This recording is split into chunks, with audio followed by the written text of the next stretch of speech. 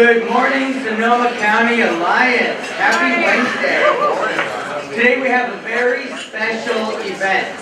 Today we have the Sonoma County Municipal Forum. So thank you for joining us on our extended morning. Today we have 6 of our city managers from the county presenting information that I'm going to be super interested in hearing. I hope you are too. So before we get started, I want to do a couple of quick acknowledgments. A special thank you to Don and Alejandro from Sound Ideas Media for filming this event as they do every month, and they do so well. A shout out to Coover Brewery for donating their award-winning beer, which will be raffled off after the introductions. Free alcohol on a Wednesday morning at this. Okay, thank you, Coover Brewery. And now for the fun part, I'm going to introduce Ty Mooney, our Executive Director, to move us into the morning. Go ahead.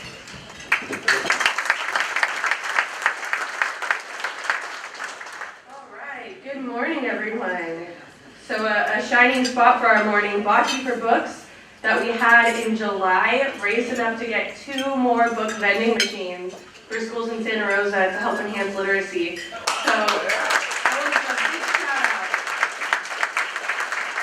a big shout out to Mike Martini and Taft Street Winery who donate that venue, donate food, and support this event. To Mick, for Jason, who are our chairs of that committee, who tirelessly push for this effort. For anyone that serves, attended, sponsored, donated to that event, thank you so much. We have 1 more book vending machine to go. And after that, we're moving into other cities. We're going to go over to Park, Petaluma. Let's start looking at where we can help literacy and other spaces too. So thank you so much for helping us complete our goals here. And we have a stellar lineup for the rest of the year, so please make sure to mark your calendars. September, we have Carla Rodriguez, IPA, who's going to be talking about legislation that's impacting business, whether it's on the ballot or it's impacting us now, we should be talking about it. She'll be here to give us the updates. We have Supervisor James Gore, who's going to be joining us to talk about the water challenge.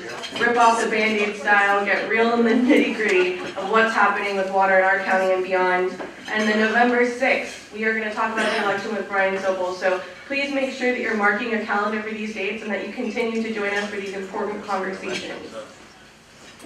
And then, really exciting, we celebrate 50 years next year. 50 years of bringing the community together and doing things like this. So please help us celebrate. Start thinking about parties you want to throw and join our committees here. We're going to launch a celebration committee. Also, we have a community impact survey that's still out and live. We are taking inventory of our historical impact, as well as looking at how we want to represent ourselves in the next 50 years.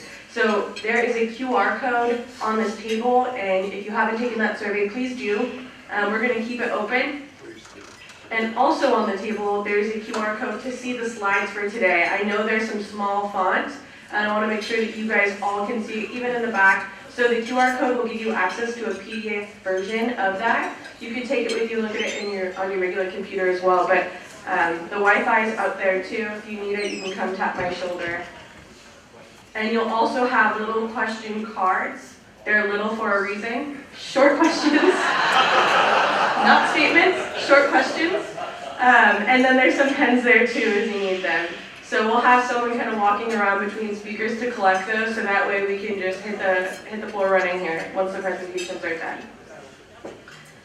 And then of course, a final call to action here. We are a business advocacy group, and to make informed decisions, we need representation. So please join this group. If you are not a member, consider becoming one. We got a new member today, thank you so much. And I hope that we get at least 3 more. So please join us, use your voice. We would value it here. So thank you for being here. And I am going to bring Ryan back up, and I'll assist him with some self-introductions. So as we come to your table, just stand and give us your name and business. And if you're a guest, we'll take your business card and we'll raffle off this beer here.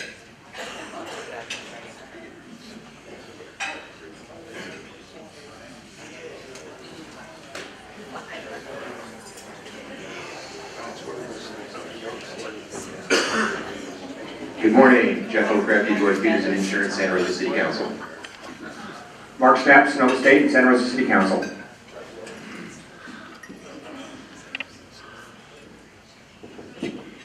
Good morning, Janet Connor, Summit State Bank. Good morning, Jeff Kay, City of Healdsburg City Manager. Marquisha Smith, Santa Rosa City Manager.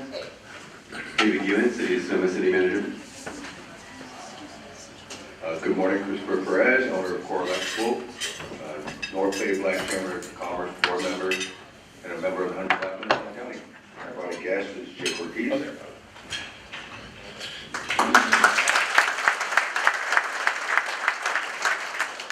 That was for me, Chris. All right. Arthur Cheney, President of One of the Black Men of Sonoma County and board member of the First Tee North Coast. Ron Edwards, Hillsburg City Council. Terry Sanders, Santa Rosa Planning Commissioner.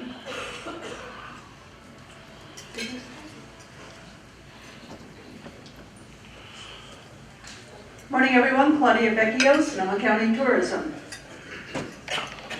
Good morning, Trish Griffiths with the Personnel Perspective. Tony Alvarez, retired, past president. Don Schwartz, City Manager, City of Sebastopol. Mary Gurley, Assistant City Manager, City of Sebastopol. Diana Rich, Mayor of Sebastopol. Sebastopol can Lisa Hinton, Executive Director of Healthcare, but also Council Member, City of Sebastopol. Russ Powell Consulting, Leadership Development, and resident of Sebastopol. Chris Fonvalakis, Sonoma County Tourism, Public Relations. I know where Sebastopol is.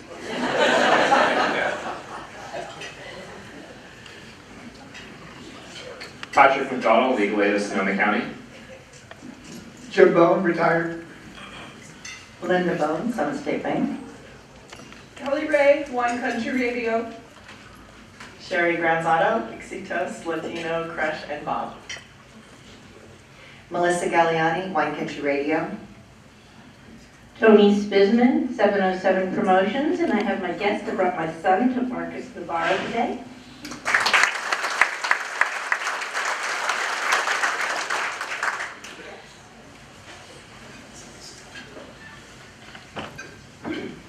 I'm Marlene Soyland with Soyland Management Company, and I'm going to introduce Howard's guest.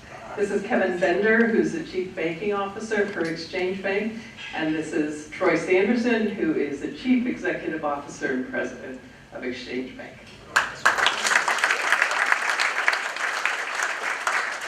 Artie Dexter, LeDuc Dexter, and Super Service Plumbing. Good morning, Mick Menendez, Pacific Advisors, and I'd also like to echo Ty's comments regarding Watching for Books.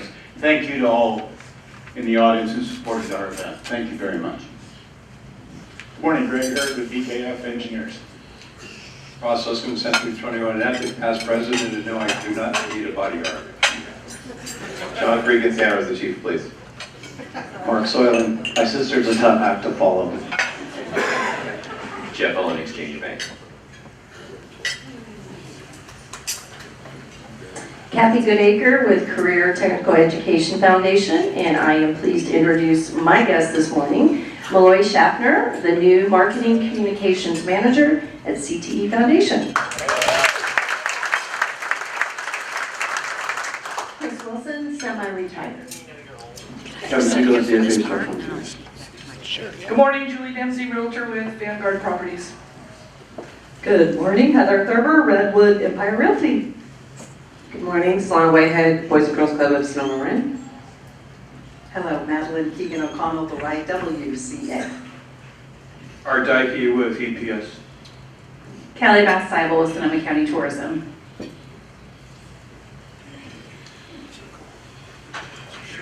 Sam Salmon, Council Member of the Town of Windsor.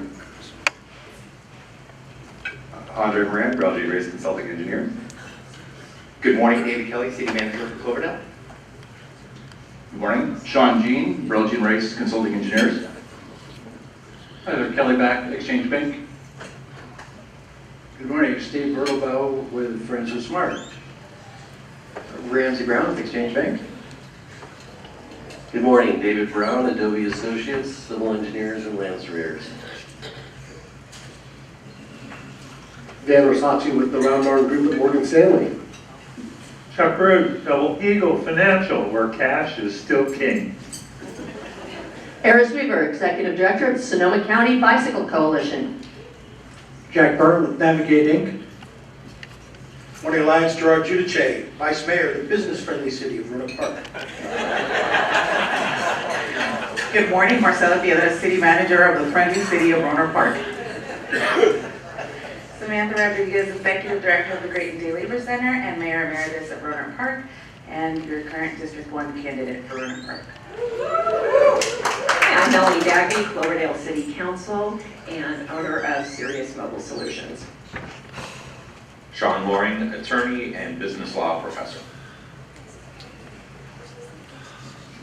All right, make sure I get these cards, guys. It's an interesting one today. Good morning, Haley Fly with Boys and Girls Clubs of Sonoma Marin. Andrea Cohen, also with Boys and Girls Club. Ryan Long with Data Instinct and Cotati Planning Commission. Lori Angstad, Sonoma County Tourism. Good morning, everyone. Conrad McCanza, also with Sonoma County Tourism. Ryan Kelly, your Vice President of the Sonoma County Alliance, pinch hitting for Paul, our President today, and also Managing Partner of WSI Smart Marketing. Mark Nelson, Midstate Construction. Justin Hunter, Hawley Construction. Tim Ricard, Economic Development Manager for the Town of Windsor. Jeff Price, Keysight Technologies.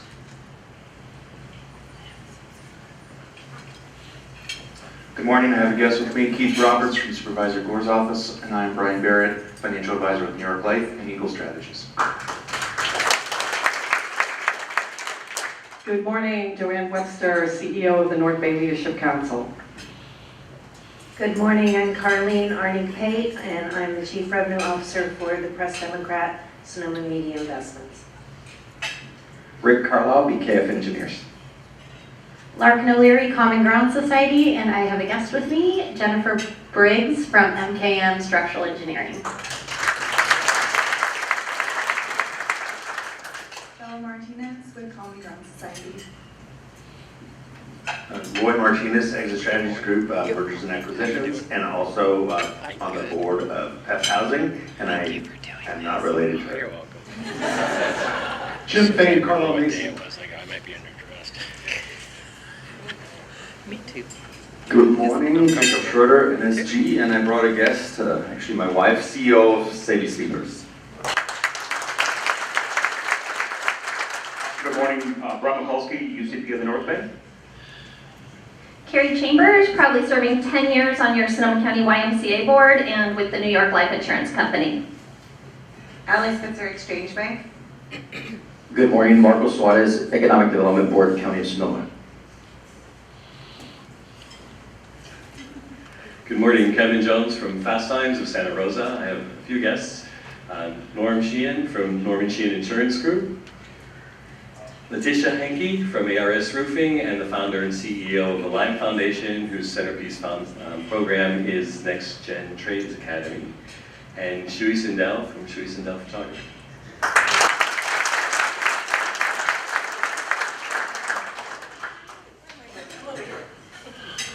Here we go. Oh, I'm just on the table.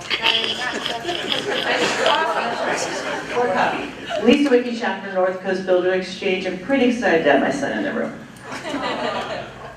Susan Fetty. Sorry. This is my guest, Susan Fetty. Susan Fetty, TLC Child and Family Services, and my college roommate. Nanda Sweet, Santa Rosa Metro Chamber of Commerce. Lisa Battenford, North Bay Association of Realtors. Brian Lang, Real Estate Broker. Jeff Harrison, Sonoma County Resource Recovery, the garbage company in Windsor.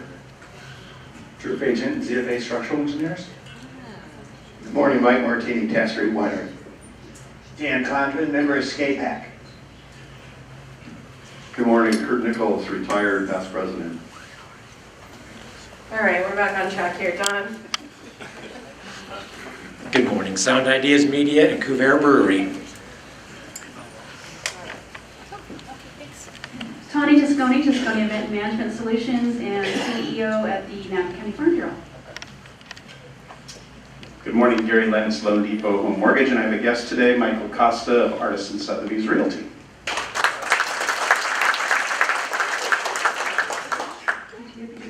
ZFA Structural Engineers.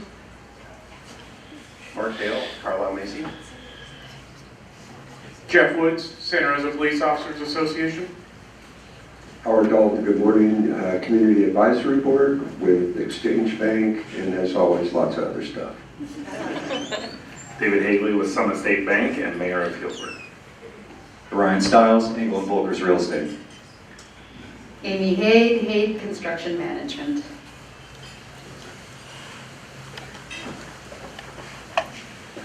Good morning, Ken LaFranchi, Architect. Nick Caston, Financial Prodigy Inc., and I have a guest, Orlando Vanuelos with ESB Pros Security. Hi, Cindy Dillwood from Christopherson Builders. Miguel Andrade Marin with Golden State Lumber. Eric Schmies with Golden State Lumber. Oh, you're after. Marcel DeLagnes with BC Engineering Group. John McCabe with Wayland Mortgage Broker. Steve Click, Bauer Associates, and Director of Sonoma County Fire District. Morning, Aaron Smith with Adobe Associates.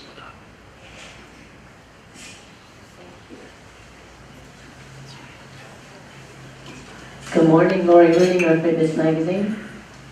Rosie Padilla, North Bay Biz Magazine. Good morning, Evelyn Mitchell, Vice Mayor, City of Healdsburg. Good morning, Brooke Ross, Gallagher Companies.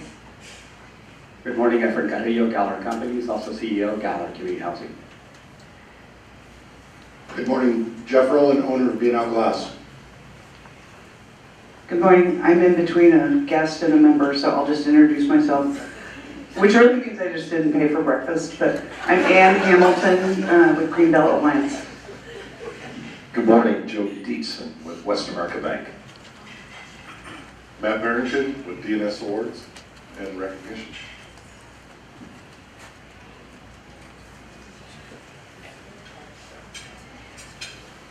Sorry to have your card in. All right, thank you everyone and welcome in. I'm gonna pass it back to my co-host Ryan to get this party going.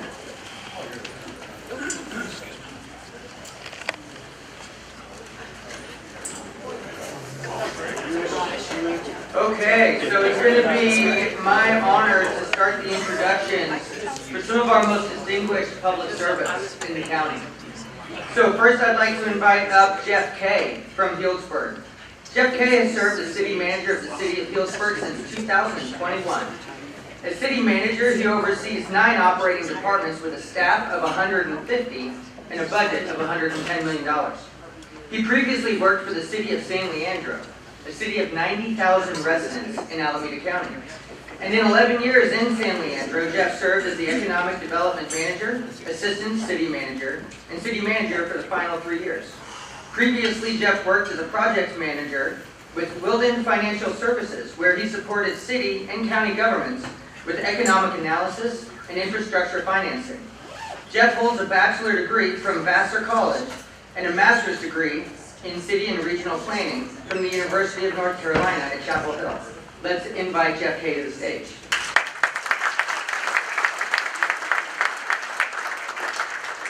The second person I'd like to invite up is Marcella Pedre.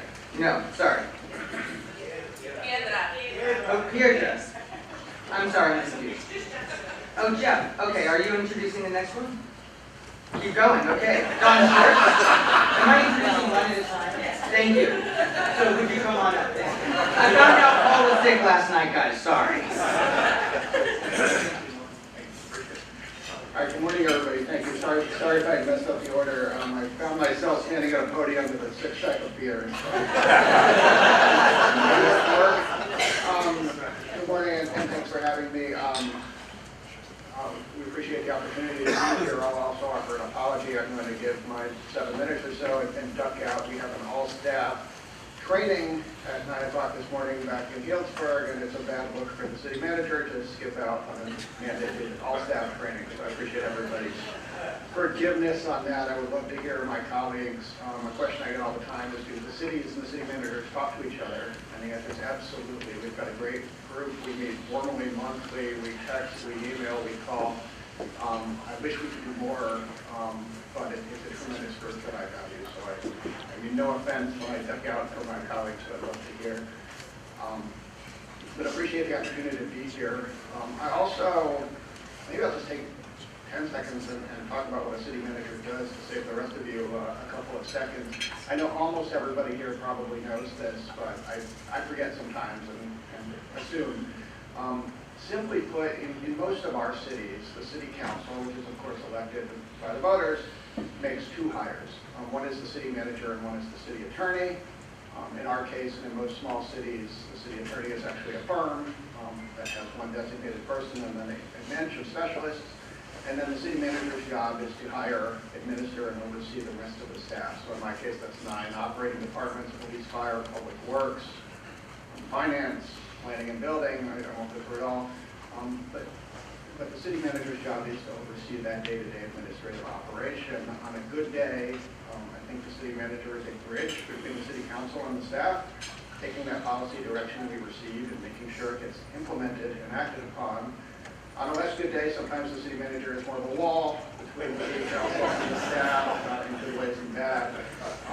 But when it's working well, and I think it usually is, it's our job to really be that liaison and that connection between the policy direction that stems from the voters to the council, and then all of the hundreds of people who are charged with coming in every day and getting that done and providing day-to-day services. So a neat opportunity to work on a million different things in any one day.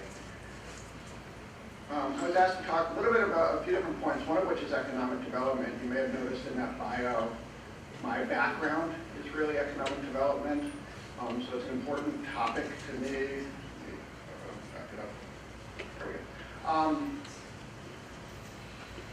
It's where I started in municipal work. I see my friend Tim Ricardis here, who was there when I started in San Leandro, my first municipal job. I was there with a cube about 10 feet apart. Tim had a cube. I didn't really have a cube. I had a nook with no window.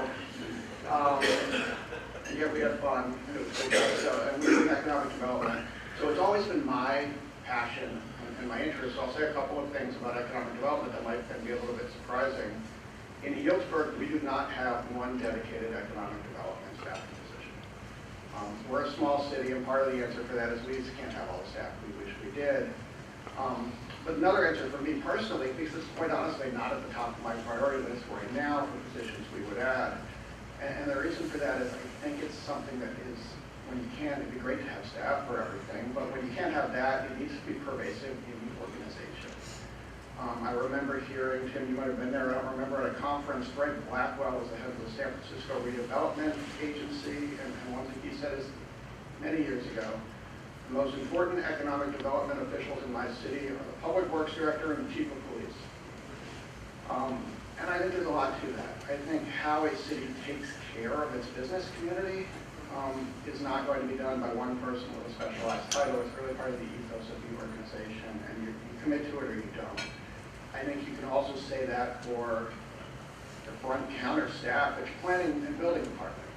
What is the experience that this business community has when they come in and try to do work with the city?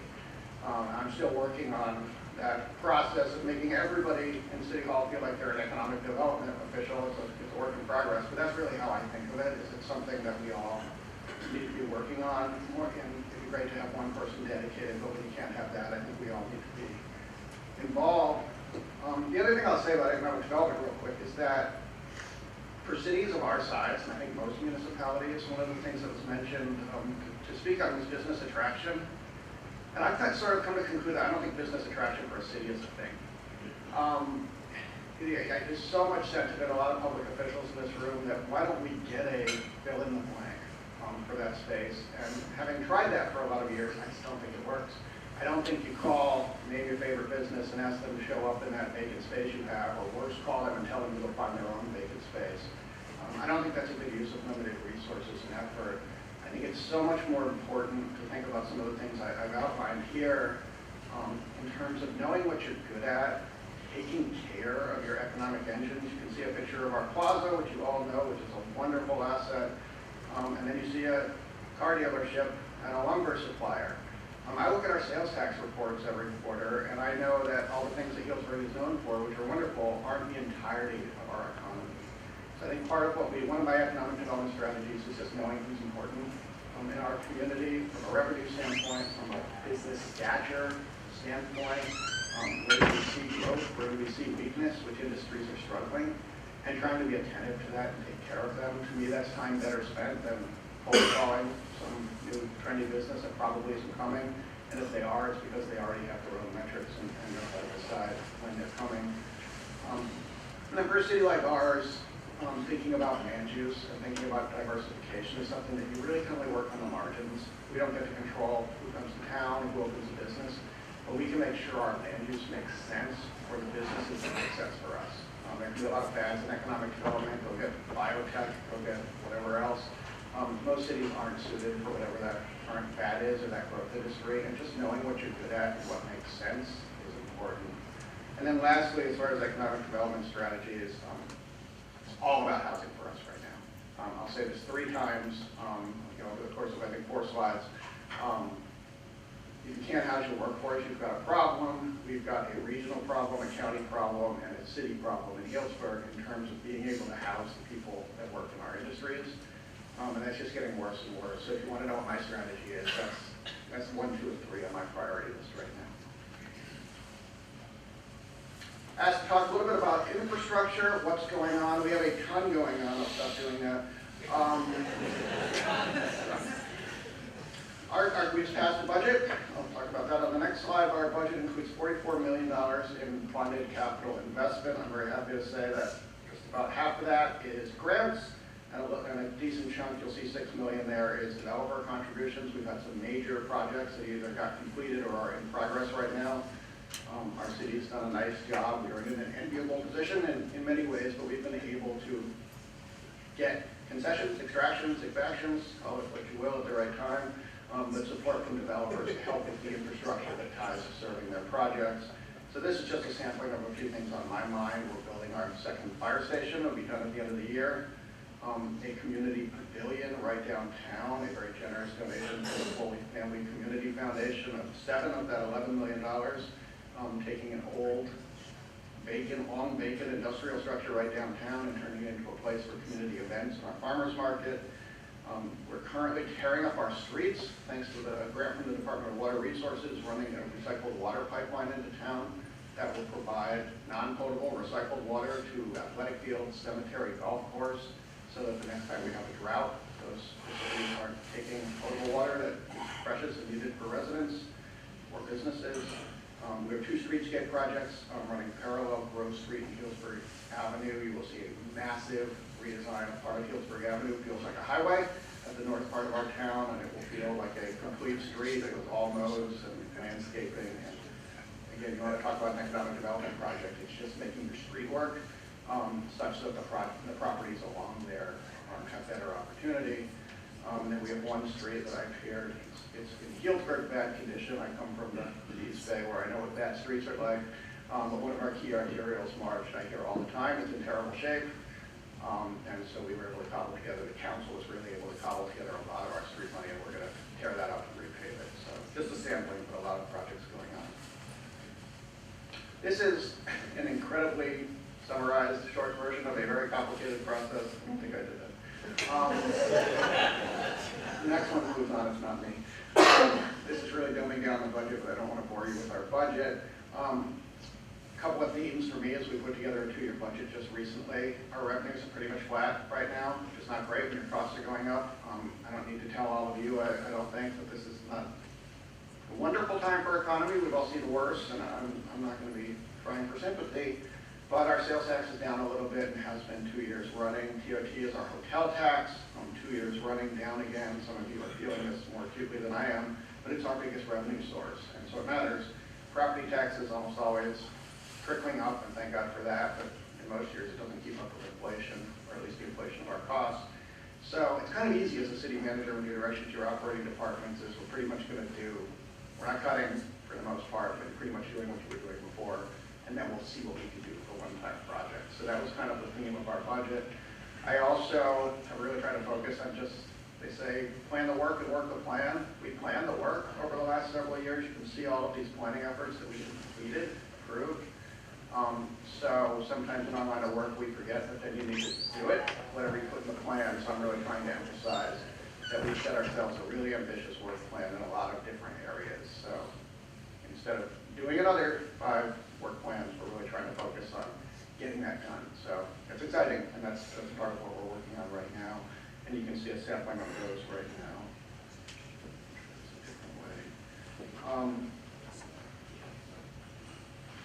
No, it's not me.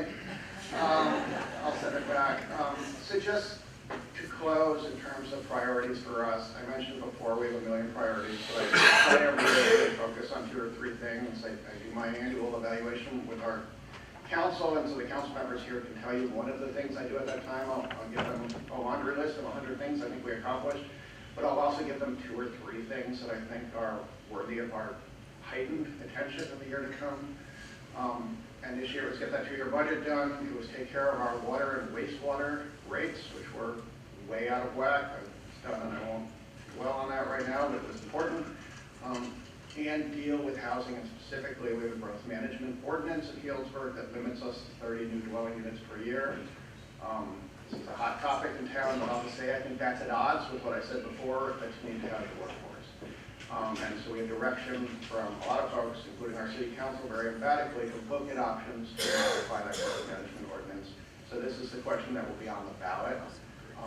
Essentially what we're proposing is to exempt certain areas that are zoned only for multifamily housing. They're in green on that map, so it's about 14% of our city, from that growth management ordinance. It will be a hot topic this year. It's where a lot of our attention is focused.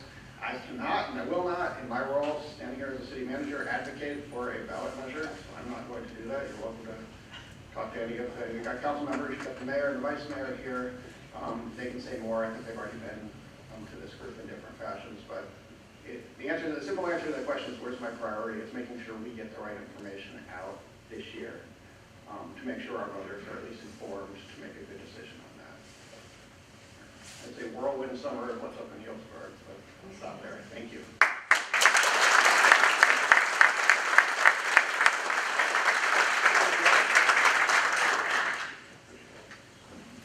All right, thank you, Jeff.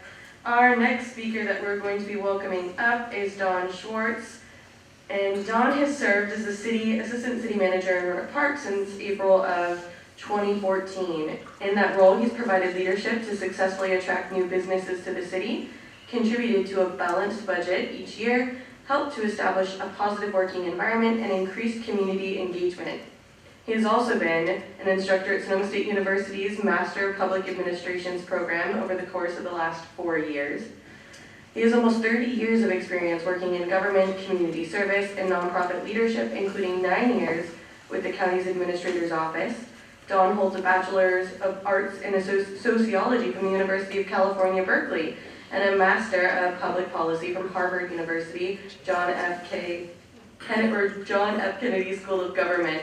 So please join me in welcoming Don to the podium.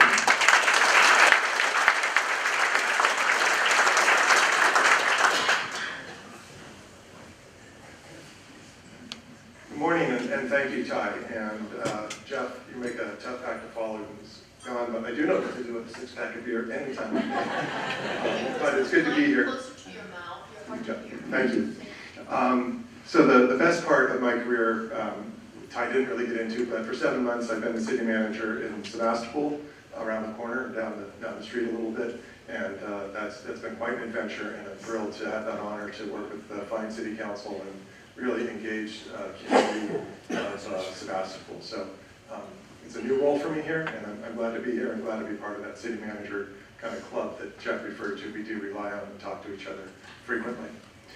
So I'm going to get into some slides around what we're doing and some things that I think really echo what Jeff talked about as well. In terms of economic development strategies, we need to align ourselves, what the city does, with the business community. We're even smaller. Our budget this year is $15 million general fund. So Healdsburg sounds pretty big to me. Our staff is a third their size. We're 50, they're about 150. But we have to be aligned with the business community.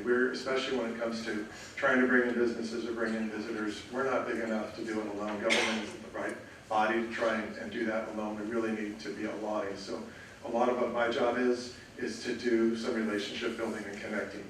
And that's partly between the city and the business community, the Chamber of Commerce, for example, But I found that our business community is fragmented. They're working on getting together, but I'm pretty sure that the Barlow Hotel owner has rarely, if ever, talked to the owner of the one hotel that we do have in town. That's not a good sign. I know our downtown association and our Chamber of Commerce are talking about merging, which probably is a good sign, but we need to get aligned government with them, but we need to work and see if we can get the business community to be aligned with each other as well. So, one message, and I see Sonoma County Tourism here, and it kind of reminds me of this, and talk about, sort of the spirit of collaboration.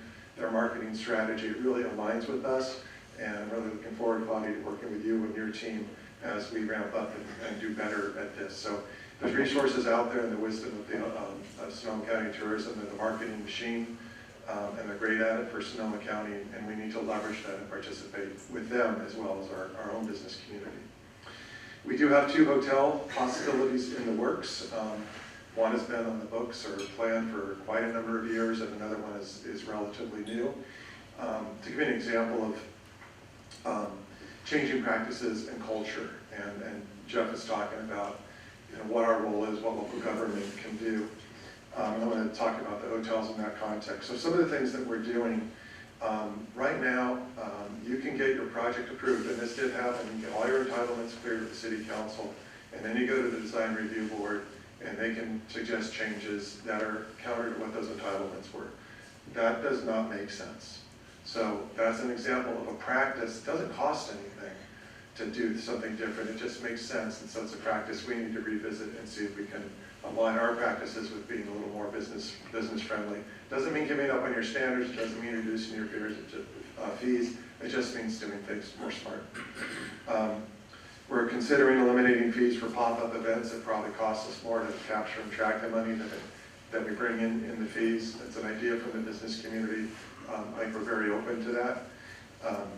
We're going to be hiring, if all goes well. The labor market is brutal out there, but we're looking to hire a community development director, and part of their portfolio responsibilities will be somebody to be our point person on economic development if we can get the right person. So to me, these are not things that are highly visible. We're not going to go out and get Trader Joe's to come in, even though, like all the rest of us, we do have the perfect location. And it would be a perfect fit. But there are things we can do culturally in our practices. And I want to mention one of the hotels as an example of this. So we have the Hotel Sebastopol has been on the books and planning to come in for quite a number of years, and they put a significant chunk of money into their project, but it hasn't worked for them because of COVID and interest rates and all that. And so we created a development agreement with them, which essentially extends their building permits that they've already spent hundreds of thousands for. And they asked for a 2-year extension. And we thought, let's just be flexible and not have to come back and do this again in 2 years. So we gave them a 3-year extension on our initiative. And to me, that's a sign of another practice and a culture that we can bring that says we want businesses to locate here that support our downtown, that support our economy. And so it's sexy and exciting to go and say you brought a so-and-so business in. That's really, really hard to do. But this getting the fundamentals right and setting the culture right. And where it starts is frankly not with the city manager. It's not with your economic development officer, although if you have Tim Ricard, you got a leg up on everybody else. But it really starts with the city council. And they were the ones who approved that development agreement for 3 years. And that sends a message to the rest of us. This is who we work for. And we need to emulate that culture and those practices in what we do and how we operate with our staffs and with each other. And we need staff that comes in and doesn't say, no, here's how you can't do and find objections to projects. We need some staff who say, how can we make it work for you? Again, without giving up our standards, but can we find a way to solve your problem and improve our community? That's, to me, the cultural part is the foundation of any good economic development strategy. Some of our infrastructure, I'm not going to go through the list, but we have a variety of projects on roads. Big Avenue in particular is a major one for us. On our buildings, our community center needs some TLC, some improvement to our parks. It's kind of a fairly robust set of projects for our infrastructure. And we're setting aside money, and I just want to thank Healdsburg for making us look good on water and sewer rates, because everybody else in Rotor Park, we don't look, or in Sebastopol, sorry, we don't look so good, but your rates are even higher than ours. But We've been behind, we've kept them intentionally low. People love low rates, but when your water and sewer systems are at risk of failure, and you see signs of that, that's bad government, and we need to fix that. So it's painful, but we have increased the rates, and we're putting enough money aside to support those systems properly, and have some projects identified. So that's a key part of the infrastructure. And stormwater and flooding concerns remain. We've had problems in the past, so I've been told, and that's still kind of an Achilles heel thing for us. I think sometimes stormwater flooding issues, and they only become evident when the flood hits. Otherwise, it's out of sight, out of mind. It's kind of like water and sewer lines. If there's not a leak gushing or a problem, it just, everybody assumes it all works well, and it doesn't work that way. Our budget, we are in a fiscal emergency. The council declared that late last year. We definitely have some substantial financial challenges. This year, or now current fiscal year, our budgeted deficit is less than half of what it is last year. That's progress. It's not a balanced budget. It's not really quite close, but it's progress. And we do have a half-cent sales tax coming on the November ballot that I think is crucial to helping us solve our fiscal woes. We're doing a variety of other things to improve services, efficiencies in our budget. One is we're pursuing consolidation with the Gold Ridge Fire District, our neighbors, and we say engaged now and looking to get to the altar sometime next year. It's definitely helps us financially because of the parcel tax, but it's also just a more efficient way to do government, and I think we're obligated as professionals to pursue those opportunities. We're combining public works and engineering into one department. For most of my fellow city managers, that's probably a no-duh thing, but for us, they've been separate, and it kind of creates this opportunity for missed communications, and so bringing them together, I think, is a plus, and ultimately, I think it'll be more economically and eventually save us some dollars as well. As Santa Rosa is, we're considering an enhanced infrastructure financing district, or EIFD for short, where we take a portion of future revenues from growth and put them, invest them into projects. And again, I mentioned supporting hotels and economic development. In the long run, we think hotels really could be a difference maker for us, but it's too early to budget on that TOT money. We only have the one now, so I guess we'll have hotel envy for a while. Some of our challenges and priorities, certainly the finances that I mentioned, both water and sewer and general fund, are major challenges. So we're dealing with that with the rate increases and with the sales tax and efficiencies and cuts. Fire consolidation is one of our top priorities, and then in supporting and improving our infrastructure where we're able to do that. Those are important pieces. Oops. And so before we get to Marcel, one of the questions was, what can the Sonoma County Alliance do to help solve these problems and help? And I would say there's two things. One is a strong business community, a strong local economy is fundamental to everything that we do, so keeping that strong. The other is that we have the downtown in a lot of ways that Rohnert Park aspires to. We have a lot of businesses that Santa Rosa already has, the nice restaurants. The one thing we don't have is parking meters. So come and shop in Sebastopol.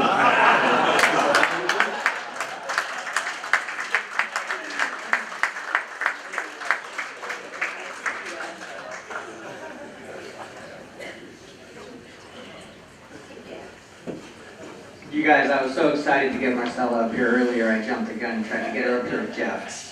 So without further ado, I would love to introduce from my community, Marcella Pedro. Okay. Marcella was appointed by the Rohnert Park City Council to the position of city manager on October 25th, 2022. Started working for the city of Rohnert Park on January 3rd, 2023. Marcella has more than 20 years of municipal management experience. Her executive experience includes serving as city manager, deputy city manager, community services director, director of economic development, and redevelopment manager. Marcella has an Associate of Arts degree in business with an emphasis in business administration, a Bachelor of Arts degree in international business with an emphasis in Spanish and Latin America, and a master's degree in business administration. She's a member of the International City Council Management Association, IMCA, the California City Management Foundation, CCMF, and the California Association for Local Economic Development, CALED. So many acronyms, you should be in marketing. We have tons of acronyms too. All while serving as a board member of the Sonoma State University Foundation. Let's all welcome Marcela Pedra.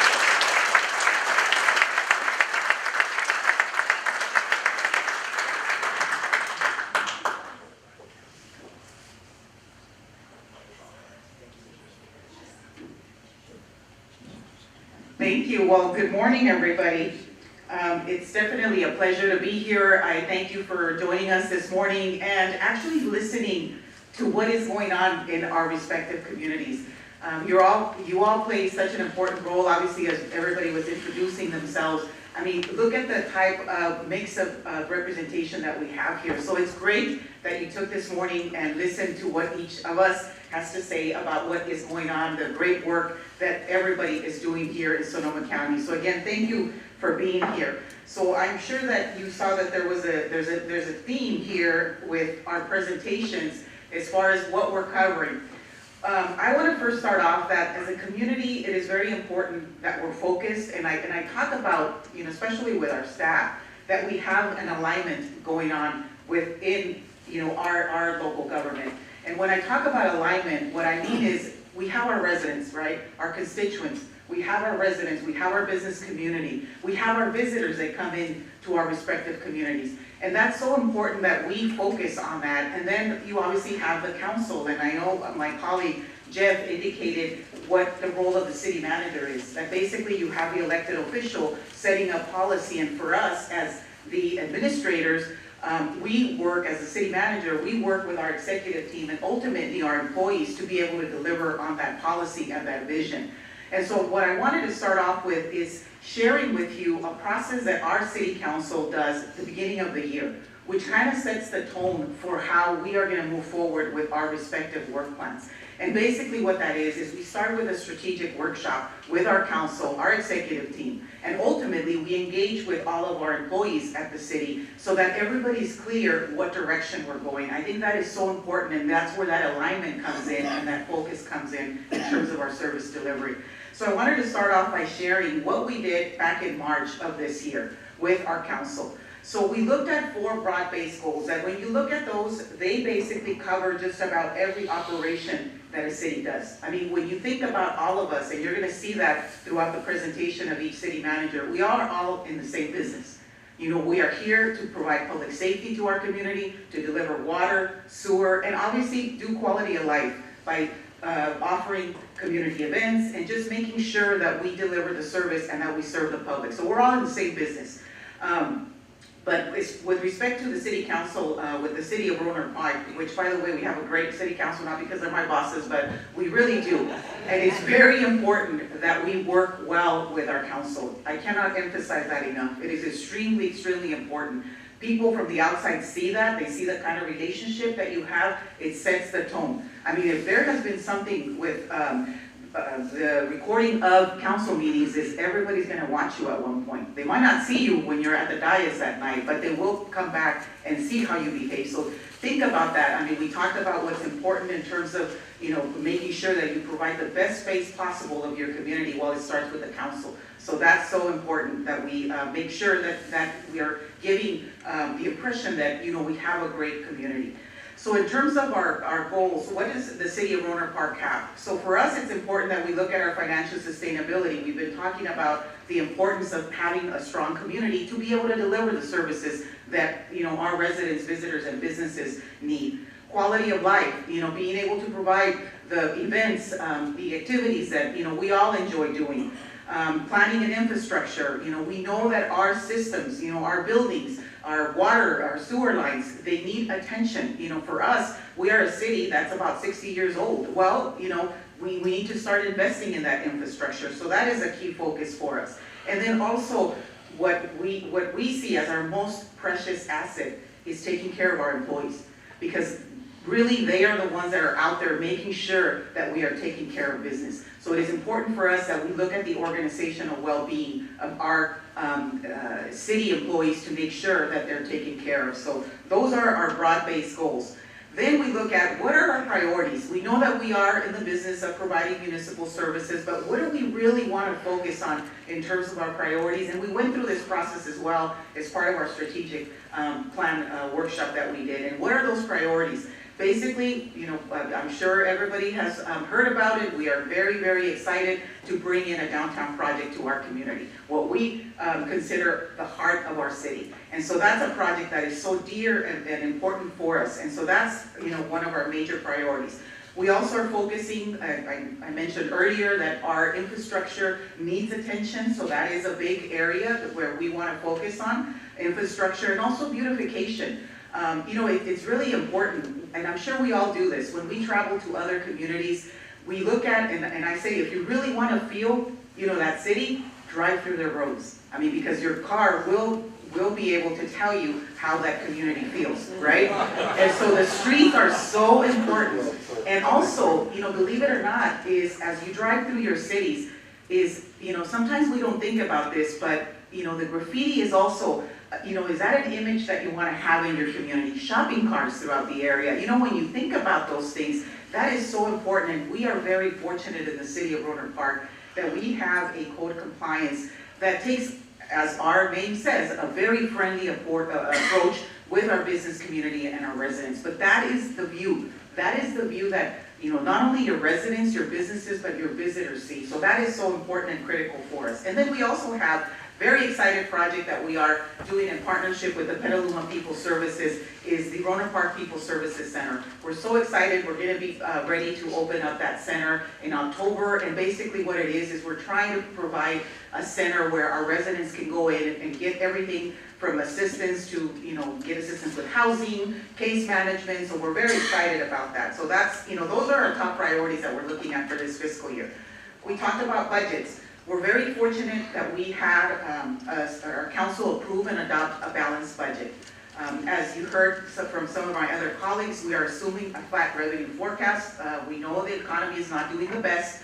And so, well, for us, what has been very, very important is that we are not cutting, we are maintaining our services. And we're kind of watching, you know, what is happening, but we have strived very hard to make sure that our departments, our respective departments, have what they need to be able to deliver services. And, you know, obviously, as we review and get into, you know, the year, if we can add more, we can consider that. But at this point, we are considering a flat revenue. As you can see, our budget is about $147 million. 62.5 million of that is general fund, and the rest of it, you know, our city, and I applaud the efforts of our staff, but we're very good at going after other people's money. You know, whether it's federal, state, and the county, and we are so fortunate to also have a lot of the support from our county. They provide a lot of the funding for a lot of our programs, and so we're very, very fortunate that we have those relationships because, you know, it takes partnerships. It takes partnerships with federal agencies, state agencies, and our local agencies as well. We have about, you know, a little over 200 employees, so, you know, we do have a pretty large group of employees. And, you know, we're targeting, again, those goals and priorities that I shared with you earlier. That is very, very important.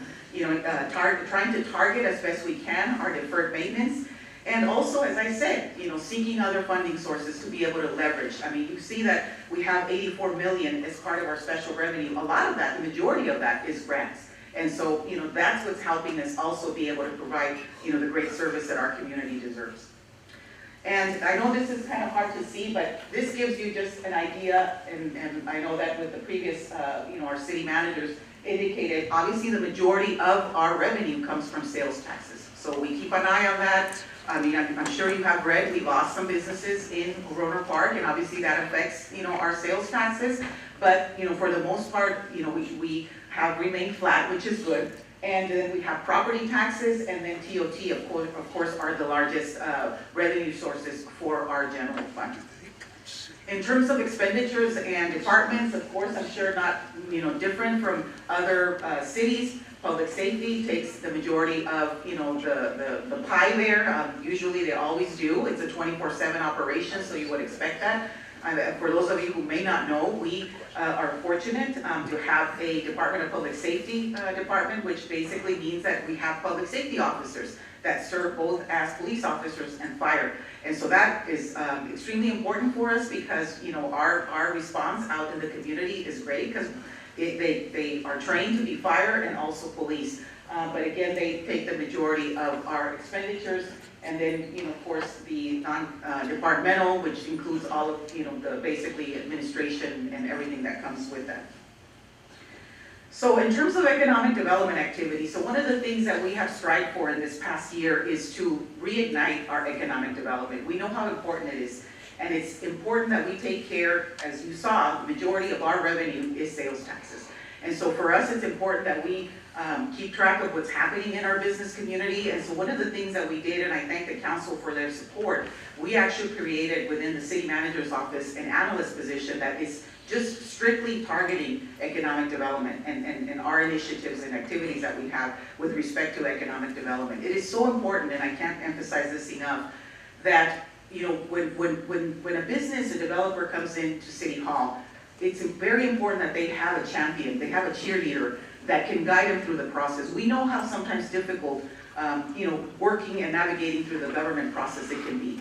But when you have a designated individual that can guide them through that, that can be that liaison with the planning department, with public works, with engineering, it's extremely valuable. And so we're very fortunate that we do have Kevin King. He was a recent hire, and he is working very diligently to make sure that we are able to move forward with our economic development activities.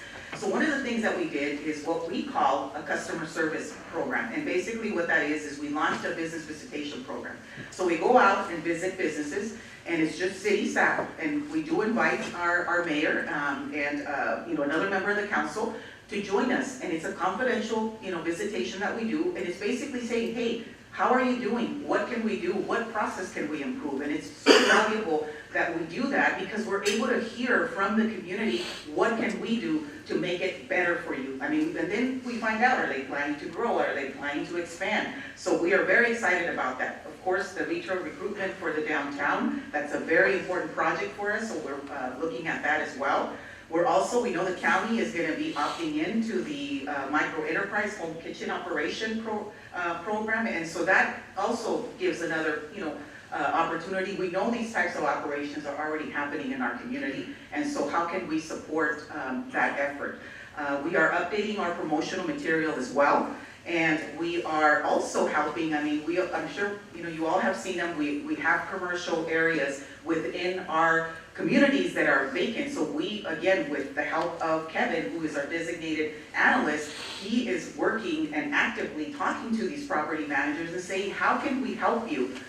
You know, talking to our real estate brokers, what can we do to hopefully fill those positions soon and not sit there vacant? So that's part of our, you know, activities that we're doing as well. And then we have also a Southwest Shopping Center that we're trying to activate. Again, it's that contact with the property owners. What can we do? We know some of them, you know, that they're there, they're comfortable, and they don't want to do anything. But we're trying to encourage them and knocking on their doors and saying, what can we do to help you move this, you know, property along? And then we're also evaluating, because we've been asked to look at our mobile food vendor operations. We do have some mobile food vendors that are coming in and are coming into certain businesses. And, you know, but there's again, these are been just listening to our community. They want us to look at these respective areas. And then we're also doing something really nice that I think our businesses are really, truly enjoying, and I know we are, is we're highlighting them. We're doing short videos, promoting them. You know, if they're celebrating a milestone, we have businesses in our community that have been there for more than 20, 30 years. And so we want to celebrate that. And so we're, you know, our staff is going out there and, you know, doing videos and you know, asking them questions. Why do you like to be here in Warner Park? And we're just celebrating them. And it's just brought a lot of joy to them and to us to be able to do that. So what are our top challenges? Fiscal sustainability. Of course, we want to make sure that our fiscal house is in order, and so that is on the top of our minds. The lack of funding for capital and infrastructure needs. We know that our city has been very fortunate. I shared with you in going after funding at the state level and federal level and also at the county level, but you know, those resources are diminishing as well. And so that, you know, obviously affects us. And also prioritizing capital improvement projects. Right now, our staff is working on more than 80 capital projects. And so being able to navigate through that, a lot of them, they're tied to grant funding sources, and we want to make sure we don't lose that. And so that is important for us, but we also only have a certain capacity with our staff as well. So being very conscious of being able to prioritize that. And also in 2022, and I commend the city for doing this, we completed a facility condition survey of just above ground needs, meaning we just surveyed our buildings to see what do we need to do in terms of deferred maintenance. Well, the report came back and it told us that we have to invest over $40 million of just investment in upgrading those facilities. And again, that's just above ground.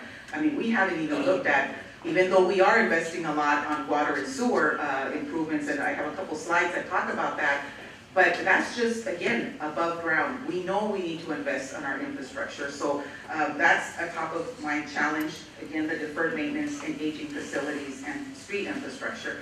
Key projects, just a lot of street improvements, a lot of street work. Again, we need to make sure we pay attention to our roads because that's our first, introduction to our community, and that's important that we maintain that.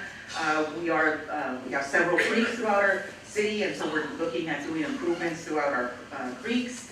And then we also are doing some improvements to, again, water lines, sewer lines, upgrades, and we're also trying to do improvements to pickleball. I think we all know how important pickleball is out there in the community, and so we are looking at improving certain, courts to facilitate that. And we know it's very active in the community. Believe me, there's a lot of promotion about pickleball and wine here in Sonoma County, so we need to make sure we support that.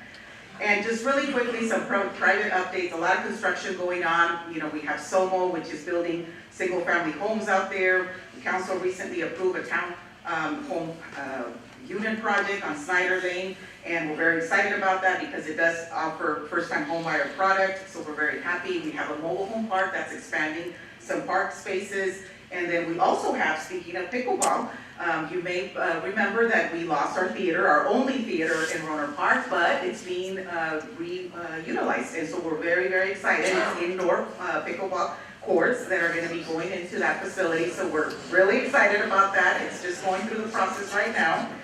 We have a swim school that's going to be opening pretty soon, and then I'm sure you've seen the construction off of the 101, which is along Redwood Drive, is we have a Home to Suites that's going to be opening soon, and we also recently saw the opening of Restaurant Depot, so we're very excited about these. And then I also want to put a plug, so we are very happy that we were able to partner with the city of Cotati on a Pathways to Leadership program, and basically what this is, we all have boards and commissions. And we're all trying, and of course, the council, so we're trying to make sure that we motivate and engage our residents to serve. It's important that, they have a voice and that they're part of this effort, and so we partnered with the city of Cotati to offer Pathways to Leadership. And so what this is, it's a program, 8-session program, where we talk to them about housing, we talk to them about everything that has to do about local government, and so, we're currently, our application period is open, and so if anybody or any of you are residents of Rohnert Park or Cotati and would like to participate in this program, we have this available, so very excited about that.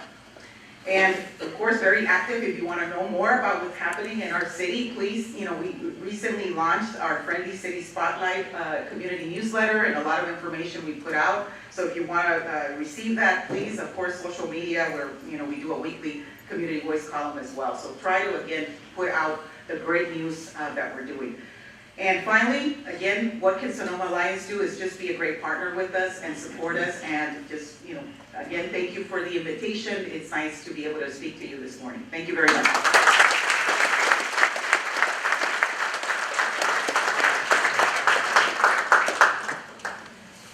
I'm curious if Pickletown will be up before the downtown here. All right, so our next speaker is David Guin of Sonoma. David has over 2 decades of government leadership experience, including 18 years with the City of Santa Rosa, in various roles such as Director of Santa Rosa Water, Public Works, and Assistant City Manager, Director of Planning and Economic Development, Interim Director of Transportation, and he's held the role of Executive Director for 2.5 years, where he led the oversight and management of the organizational growth of the operations for the Federated Indians of Great Rancheria. And now he's joining us as the city manager of Sonoma. David has a Bachelor of Science degree in Civil Engineering from South Dakota School of Mines and Technology and a Master of Arts degree in Organizational Development from Sonoma State University. Go Seawolves. So please join me in welcoming up David.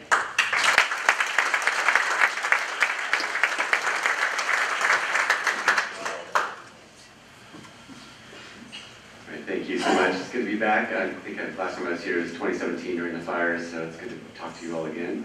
I think you've had a great introduction of city managers and what city managers do by my cohorts. I was going to blame Jeff for taking one of these bottles up and run out the door, but there's a can here.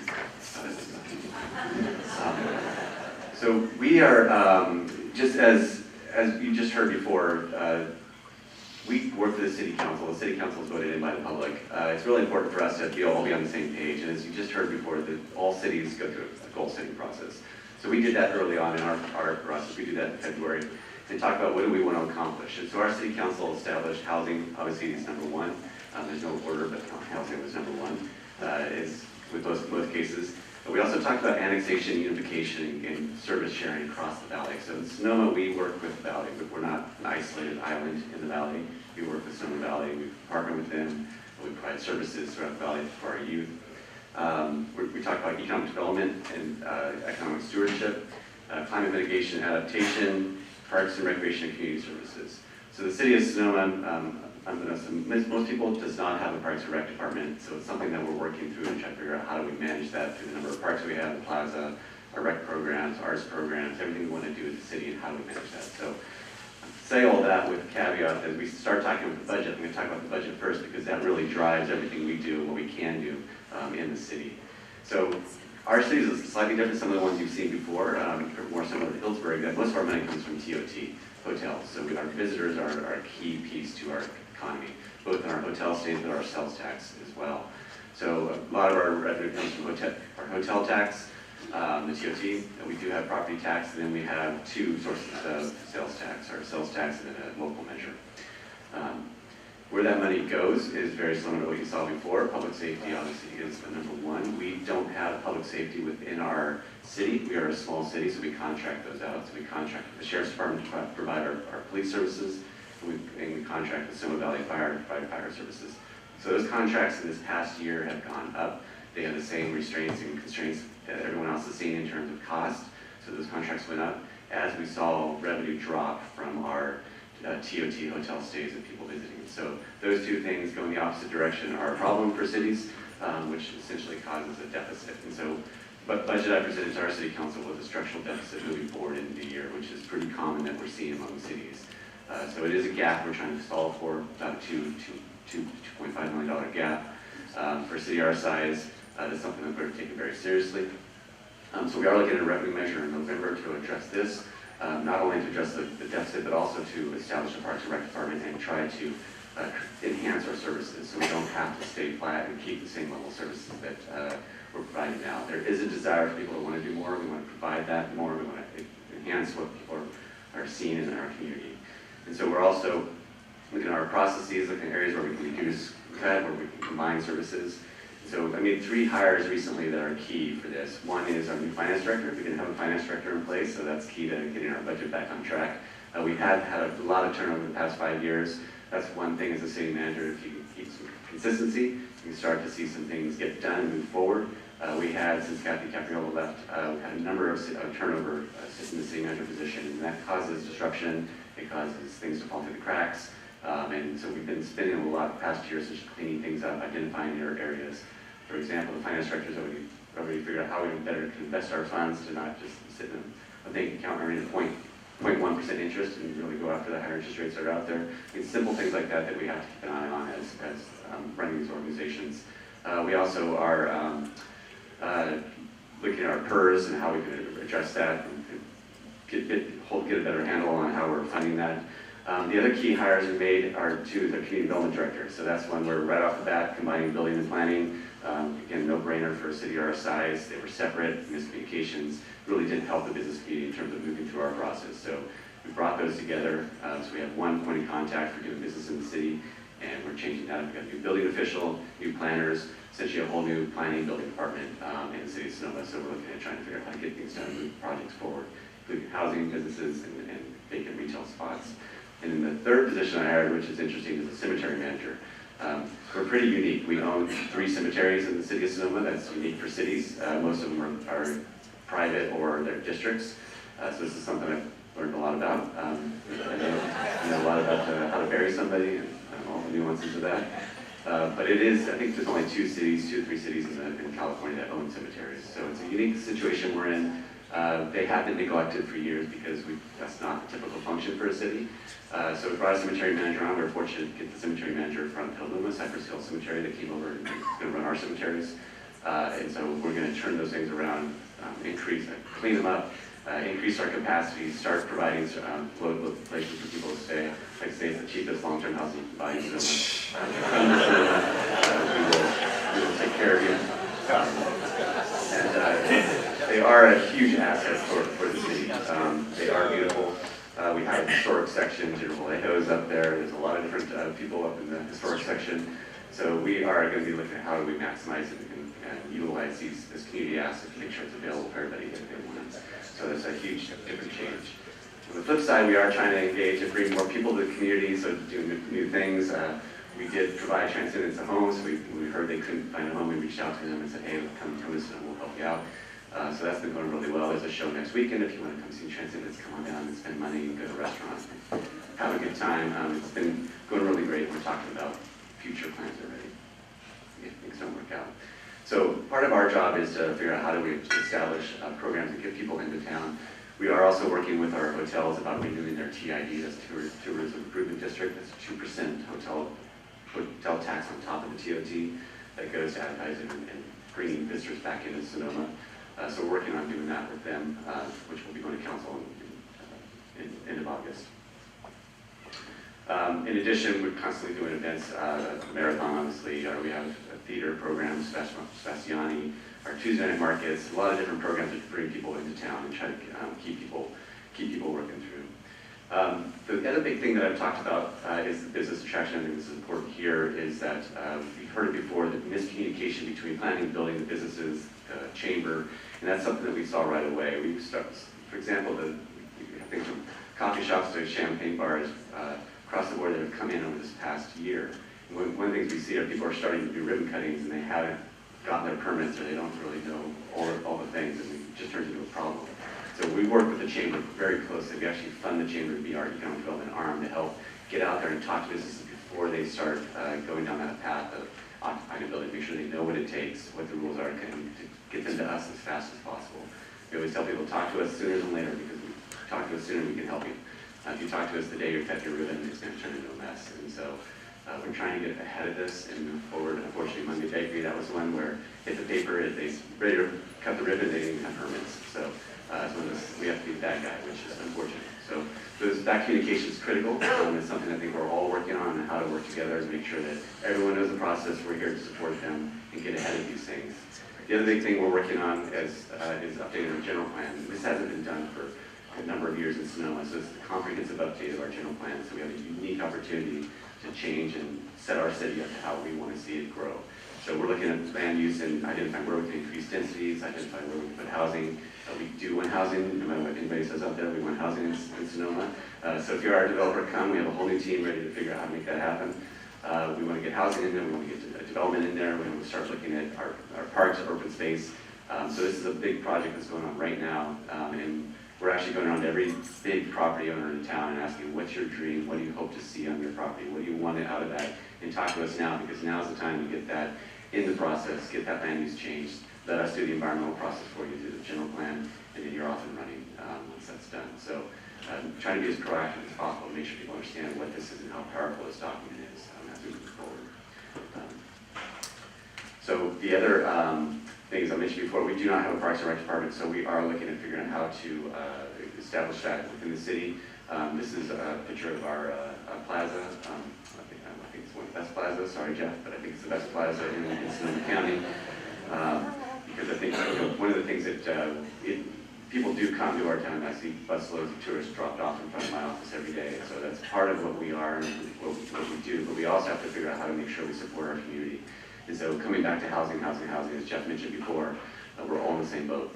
So BAFA is on the ballot in November. That's the Bayer Regional Housing item that's going to bring millions of dollars into the community. We're looking at that as a huge potential. If we can line things up ahead of time, if that money does come through, we're going to try to hit the ground running with some affordable housing and bring up other housing projects and get that stuff done.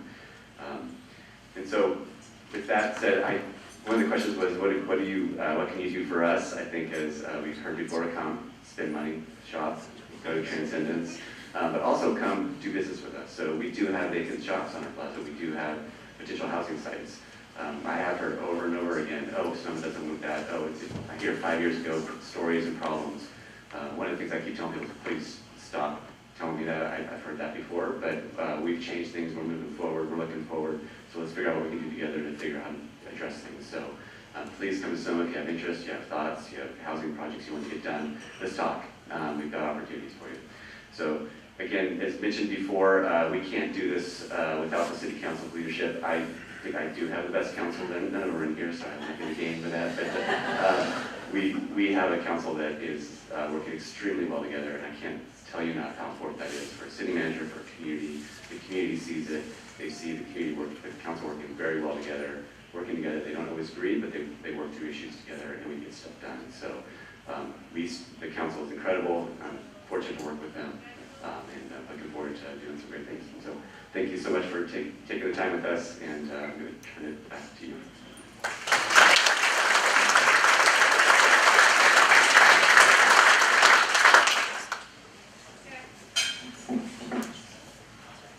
A man with 2 cell phones. Okay. We are down to our final 2 speakers. We've got Santa Rosa and Cloverdale coming up. So it's going to be my pleasure to now introduce Marikesha Smith of Santa Rosa. Marikesha Smith began serving as Santa Rosa City Manager on January 3rd, 2022, bringing more than 2 decades of distinguished leadership in government. Her leadership style is both innovative and forward-thinking, emphasizing the adoption of best practices and methodologies focusing on achieving measurable results. In 2024, the International City Council Management Association awarded Smith with the IMCA Credentialed Manager designation. This prestigious recognition is granted to local government professionals committed to the highest standards of integrity, continued learning, and dedication to creating and supporting thriving communities. As a highly experienced executive, Smith has held several key positions, including City Manager, Deputy City Manager, and Director of Public Services. Her expertise encompasses a broad range of areas such as community engagement, performance management with an aim to streamline operations and enhance service delivery, addressing quality of life issues contributing to neighborhood revitalization, managing emergency operations, implementing lean government practices, and promoting environmental sustainability.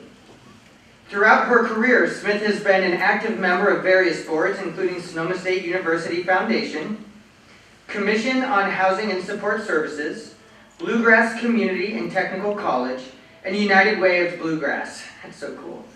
Her contributions to public administration and community service earned her numerous accolades, including North Bay Business Journal's Influential Women Award. That's also very cool.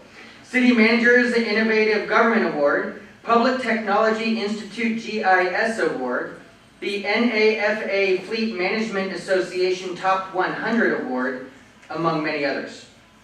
Ms. Smith has a Bachelor of Science in Business Administration from the University of Kentucky and a Master of Business Administration from Eastern Kentucky University. Let's all welcome Marikesha to the stage.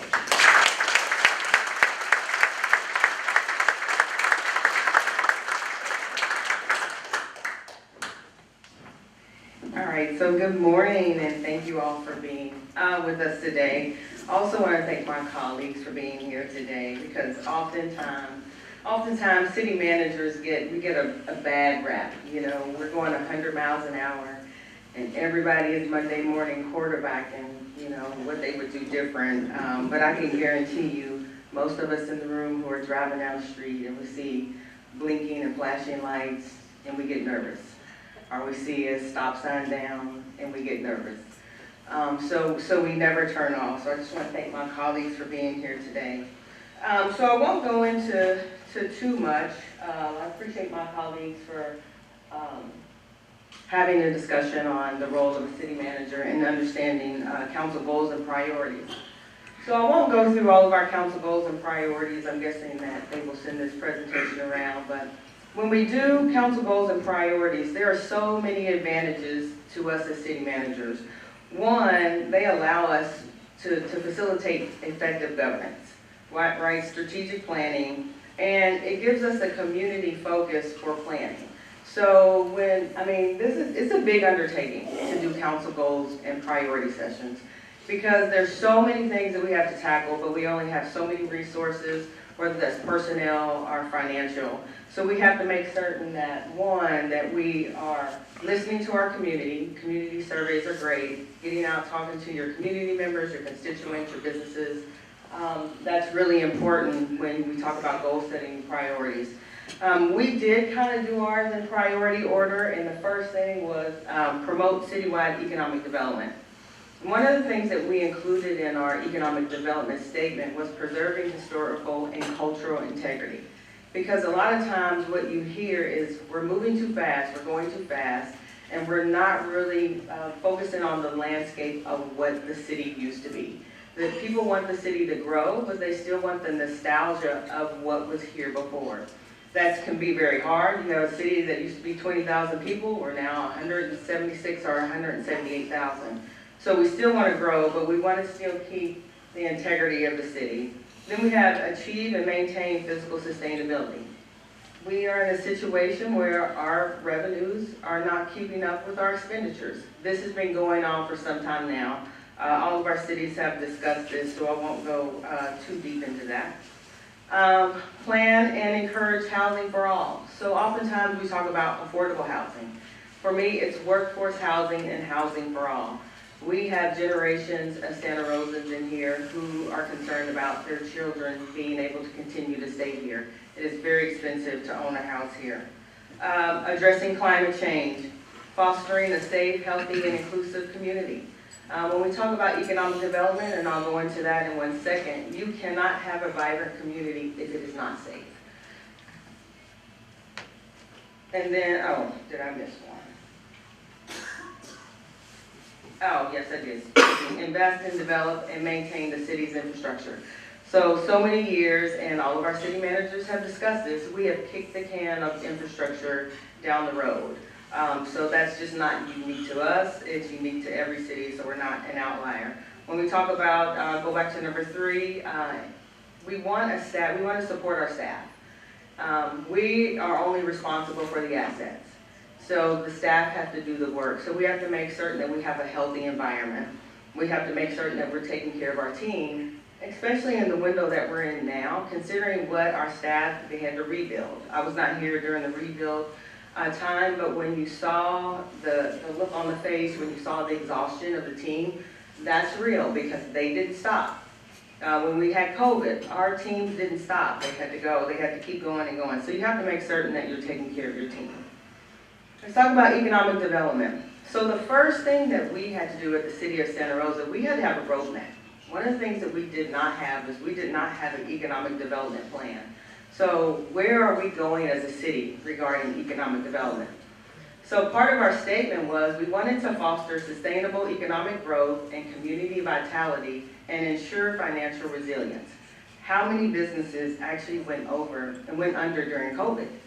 Some of that was because, oh, I have a great idea, it worked, but then when COVID happened, we had to talk about leases. People did not have structured leases. People did not have structured business plans. So we as a city have to work with our partners, whether it's the chamber, whether it's the county, whether it's Sonoma County Tourism. We have to make certain that they have, plans. How do you run a business? So we wanted to make sure when we did this plan that it was measurable, that it's achievable, and there was good business outreach. And not only that, we needed to talk about downtown activation. One of the things that we always hear is, why do you focus on downtown? Why do you focus on downtown? Well, there is a direct correlation. When you have a vibrant downtown, it does boost economic vitality. So it's not that we're not focusing on the other parts of the city, but you do want to have a vibrant downtown. And I won't read these word for word, but some of the strategies that we talked about, I think, economic development is a three-legged stool. So a couple of things you have to talk about is redevelopment and revitalization. So when I came into the city, that was my first goal. When we talk about infrastructure, the roads. I mean, you could lay in some of these potholes. So, when Marcella was talking about, hey, drive the roads. It's a serious issue. When businesses come into your city, they're looking at your infrastructure. So we're now starting to pave over our roads. In Ross, we did finally put the lines in, so you should be able to drive straight on the road. So we got the lines in on the road. When we talk about the beautification of the city, it speaks to who we are. When we drive around the city, and I'm glad to hear my other city managers talk about the aesthetics of the city, because I heard complaint after complaint after complaint. There's tall grass and weeds, there's trash, but we're not doing anything about it. So we have to clean up. It's the same with your house. You don't just throw well, maybe you do, but there's some organization that is around it. So yes, we have to clean up our city, and we have to take care of crime. So when we talk about crime, if we are not addressing those issues, me as a business owner, I don't want to come into your city. So that's part one of the three-legged stool. The second part is recruitment and retention. So unlike Healdsburg, Santa Rosa being the biggest city, I have to recruit. I have to go to trade shows. And I just don't want any business coming in. I'm not going to go recruit a McDonald's. That's not what's going to bring us money in here. We want to recruit things that are sustainable and what works for our economy and works. So when we talk about the education system that is here, does that fit? Do we have jobs where people can fold into those organizations? So I think it's incumbent upon us to go to trade shows and recruit. And another part of that is entrepreneurship and small businesses. We have to take care of our small businesses. Our small businesses do drive in funding. It's not always our big box stores. It's not always our $10 million businesses, $10 billion businesses. It is some of the businesses that are in the middle that are actually driving employment. They're driving sales tax, they're driving property tax, and they're driving people. So when you talk about people, that is another underlying issue that actually drives revenue into your economy. Some people say, well, I don't want Santa Rosa to be 200,000. And yeah, you ask yourself, where would you put those individuals?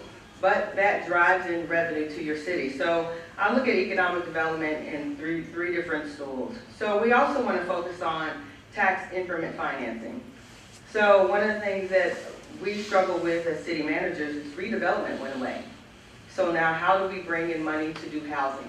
And housing is economic development. People have to have a place to live.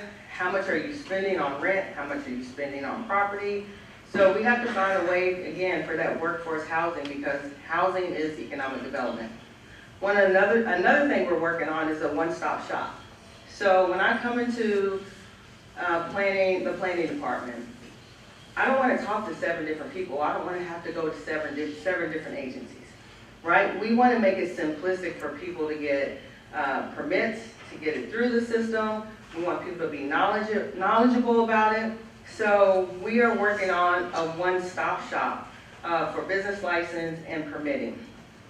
Then we're going to invest in transportation, utilities, infrastructure. So when you start building housing developments, if you have a business that wants to come in, what are your sewer? What are your pipes? Do you need to upsize your pipes? How old is your infrastructure? You cannot do those things. You cannot drive an economic development if your infrastructure is poor. And I've said it in every city I've worked in. These same slides continue to repeat themselves year after year after year, because we actually have to make a difference. We have to decide what is it that we're going to focus on. And infrastructure, you saw deferred maintenance. You cannot have a housing development come into the city and then you talk about, well, we have to upsize our sewer pipes. Those are things we should be thinking about when we do the general plan, when we do area-specific plans. Participate in trade shows, partner. So when we talk about partnering for technical courses, one of the things that we saw when COVID happened, like I said before, is that businesses went under. Who are we partnering with? How are we connecting businesses so we can make certain that they are sustainable and that we can meet their workforce demands? And meeting workforce demands, again, it goes back to housing, so I won't repeat that again. And then leveraging tax credits. We have to make certain that we're leveraging tax credits to draw people into the city. One of the things that I believe that California does not do well is incentives. So when you talk about incentives, we have to be able to partner with the governor's office. We have to be able to talk internally with our policymakers. How are we driving or offering incentives for businesses to come in? For me, that's a pretty big deal because, of course, I have the most land mass here in Sonoma County. How am I driving in businesses? Property taxes are high. It's expensive to do business just in California itself. So what incentives can I offer for maybe a 5 to 10 year period to bring these businesses into the city? And just encouraging, just offering support. Meeting with, one of the things, relationships, it is our best asset. How are we partnering with this chamber? How are we partnering with the Black chamber, the Hispanic chamber? Because since I've been here, I think those are buckets that we have not filled yet. We have to do a better job of partnering with our chambers. We have to do a better job of partnering with Santa Rosa Tourism and Sonoma County Tourism as well. We've all talked about the budget. We have budget problems. I have a $508 million budget. That's pretty low for 1,250 workforce. 220 of that is general fund. 100 million of that, around 100 million of that, for me is public safety. And for me, public safety is critical. I have to be able to have fire personnel. Right now, we've probably responded to more fires this year than we have probably in the last 2. Thank God they've been out of the region, but it's not something that we want to be able to think about. Have to buy equipment. My ladder trucks are close to $1 million now. Equipment is expensive, and it takes a long time for the equipment to be here. And it's expensive to maintain. And when you have poor streets and you talk about the springs on the trucks or a gross vehicle weight that's that large, those things, everything just adds up. When I talk about police personnel, we talk about how we want to be safe. Well, we can't complain about police and fire taking more than 50% of the budget, and then, we want to go in the other direction. I want my business to be safe. I want to be able to call 911. I want people to respond. I don't want to be on hold when I call 911. So there are just so many different aspects of that. So yes, police and fire, they do take up, and don't call me, don't write me, they do take up a lot of the budget. That is just the way it is. It's not something that I created, but I'm 100% supportive of it. And for me, as long as I can drive people into the city, as long as I can keep people safe, as long as we have good quality of life, I'm going to support it. I won't go through that slide. That's just a graphic slide before. So when we talk about our structural deficit, so I have a $13 million structural deficit this year. That is going to continue to grow, probably to the tune of about $33 million. So I have to do something now, and that means sending people home. So we're now working on, people, you hear, and don't write me or call me and text me on this one either. So you will often hear, oh my God, the government, your retirements are so high, and you have so many people. Government is a lot leaner than people think. If you look at the projects that we have to deal with, I think one city manager said she has over 80. I can't fill up all the walls on my office on the number of projects that we are doing. We do a lot with a small staff. Are there ways we can be lean? Yes, I see them today. But those are things that we have to work through. I just can't go in today because I have to, one, make certain I have the right people in the right seats to do the right job, to have the right credentials, that have the right expertise to do these jobs and to be able to move these things forward. So there are going to be some reductions. up to a 2, maybe up to close to 100 people. So when you're sitting in that seat and you have to give somebody a pink slip, that, you don't sleep well at night. You know, and I don't sleep well at night thinking about that, so I want to be very intentional in how we do that, and hopefully we can do some of that through attrition. But we're going to look at some of our revenues that we have. We did do a pension stabilization fund. For me, that's revenue. So we did it in order to drive down some of our unfunded liability costs in the future, because it's expensive for us to maintain retirees. But do we now bring that in, put it back into our general fund? So there are a lot of things that I'm thinking about before we actually have to go to people. Hopefully, when we start talking about individuals, what we can do is remove those people through attrition. I have a hiring freeze right now. But yeah, so this is our structural deficit. We did do a business tax. I have seen many people in this room for the last 2 to 3 weeks. But you know, it was important. It was important. There were individuals in the business community that I had not had an opportunity to meet. So it will give me about $4 million. So for me, that's less people that I have to send home. And it actually gives me a longer window of time in order to make some decisions on how we're going to move forward. Major projects. These are just a few, you know, fire station rebuild. We're actually doing Hearn Community Hub. We're doing fire station and the library. We would like to do a community center there. Right now, we don't have the funding for that, but hoping that that moves forward. Hearn Avenue interchange and overcrossings. That's really important because that project had been on the books probably, David, since you were probably there before you were there, right? But we have to look at what we have on the books, and we've committed to do some of these things to the public, so it was a priority for me to move this forward. We're going to work on our bicycle and pedestrian overcrossing. That is a priority. And some of these we have funding through federal government. I am a fan, like she said, of stealing other people's money. And if we can get some money through our state and federal partners, that is the best way for us to move some of these projects forward. We have some pool renovations going on. We have to do more aggressive approach on funding and finishing some of our parks. So I have a lot of parks renovations on here. I have some pickleball for some of you. Don't write, text, or call pickleball. We are getting it done, I promise. So I know the pickleball community is big, and I actually did buy some pickleball tennis shoes. I don't know what I'm gonna do with them, but I did get them. So our Laguna treatment plant, water, you know, we need to do some water and sewer replacements. How can you engage? Constructive dialogue. And the reason why I say constructive dialogue is because everybody in this room is a Monday morning quarterback. Call us. I don't care if you don't like my decision. What I do care about is when you don't challenge me or ask me how I got to that decision. And you always have to understand, I'm just may not, you know, you may have sent me an email, it may have gone into the abyss of my 1,000 emails that I have now, right? Pick up the phone, call us. All of us city managers, we are available. We want you to engage. We can have community meeting after community meeting. I can send you 100 flyers and you still don't know. You know, some people don't read junk mail, some people don't read their emails, some people just don't participate in government. We want people to participate.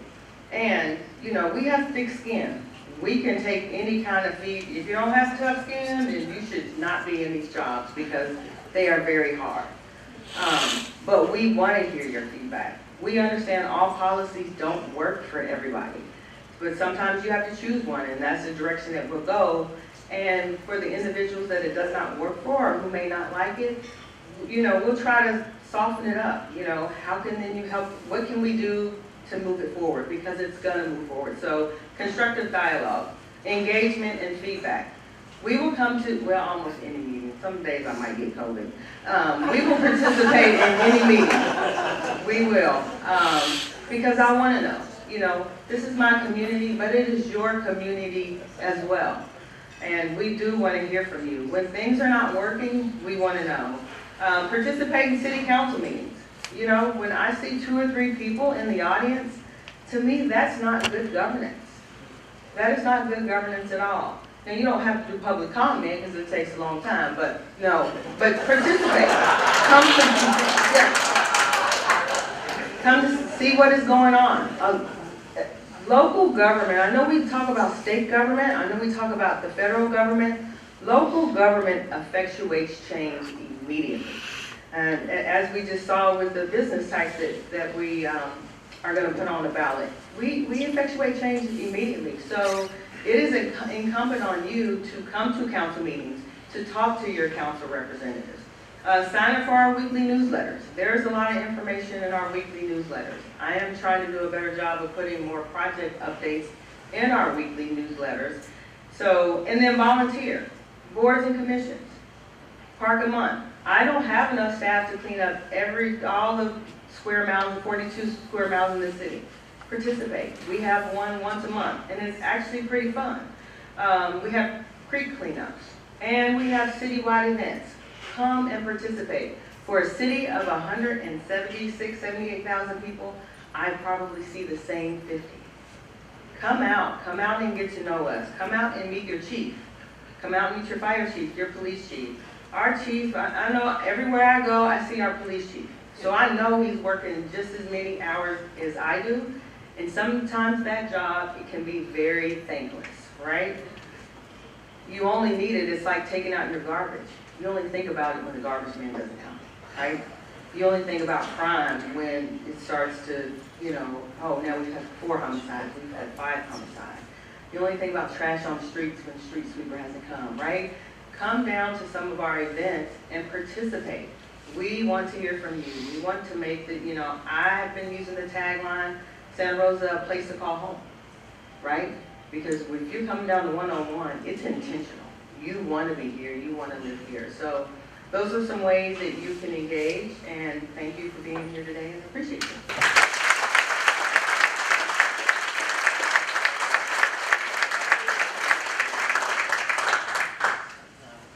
All right, we are getting close to time here, but we do have one more speaker that I want to bring up to the stage, David Kelly of Cloverdale.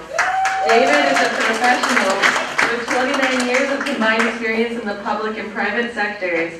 In February 2016, David joined the City of Cloverdale as the Assistant City Manager, Community Development Director, and was appointed to the City Manager position in March 18, where he served the last 6.5 years. For the previous 11, David worked for the town of Windsor, where he served in various leadership roles, including Special Projects Manager and the Assistant Town Manager. Prior to working for the town of Windsor, he served as the Planning and Building Director for the County of Colusa and various private sectors for planning and development companies. David's experience in the private sector includes work for private consulting firms that provide planning, environmental, and land development services to developers and local builders. David obtained his Master's in Business Administration degree from Sonoma State University and a Bachelor's of Arts degree in Economics in California State University, Chico, with a minor in planning. And David loves pickleball. Please help me welcome David.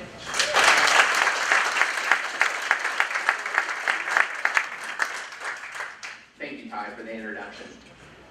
Gosh, when I had the opportunity to drive in this morning, I thought how fortunate we all are to live in such a great place in Sonoma County. And you're all to be applauded for your contributions you've made to Sonoma. So thank you. I want to just give you guys a big shout out. You really made this a quality place to live, and I think we're all fortunate to be able to be here today.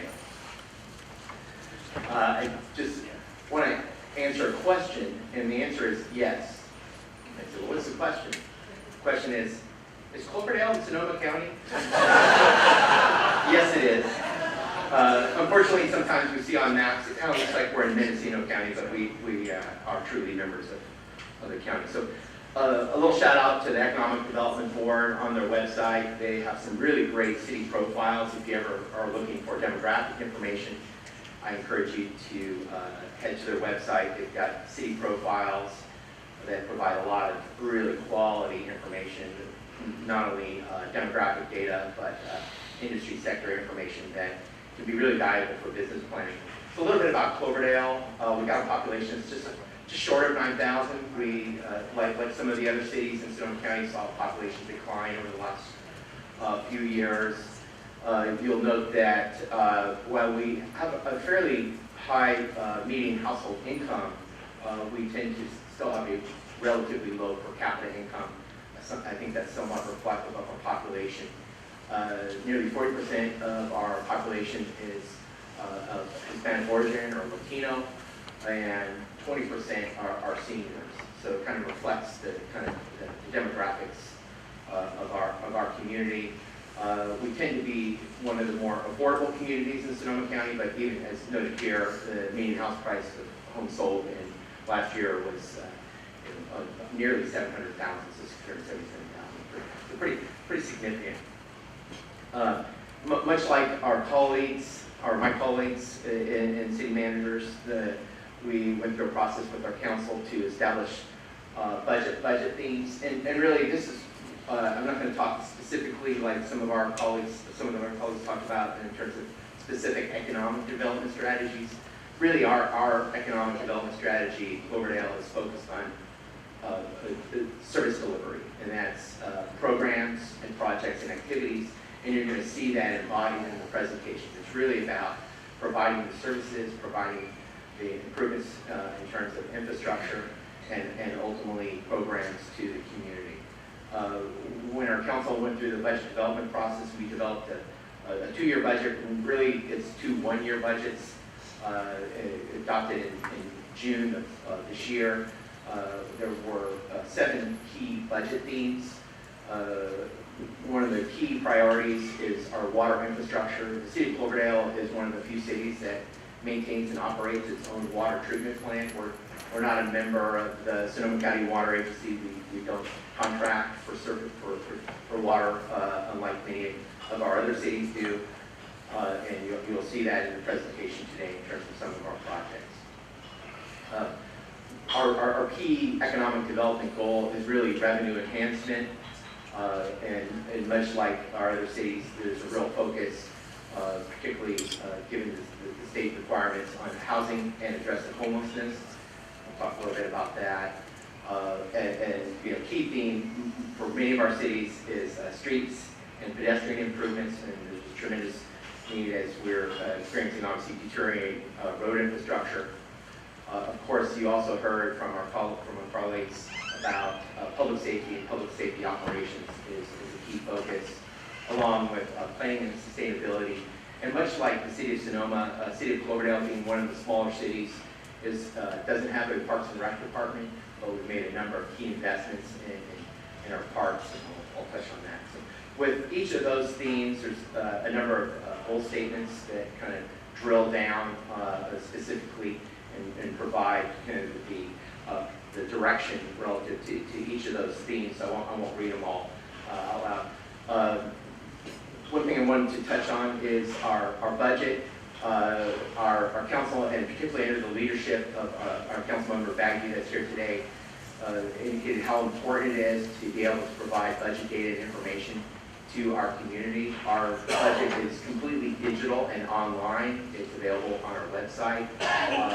It's actually updated daily at midnight with the most current expenditure data. So it's what we call our transparency portal.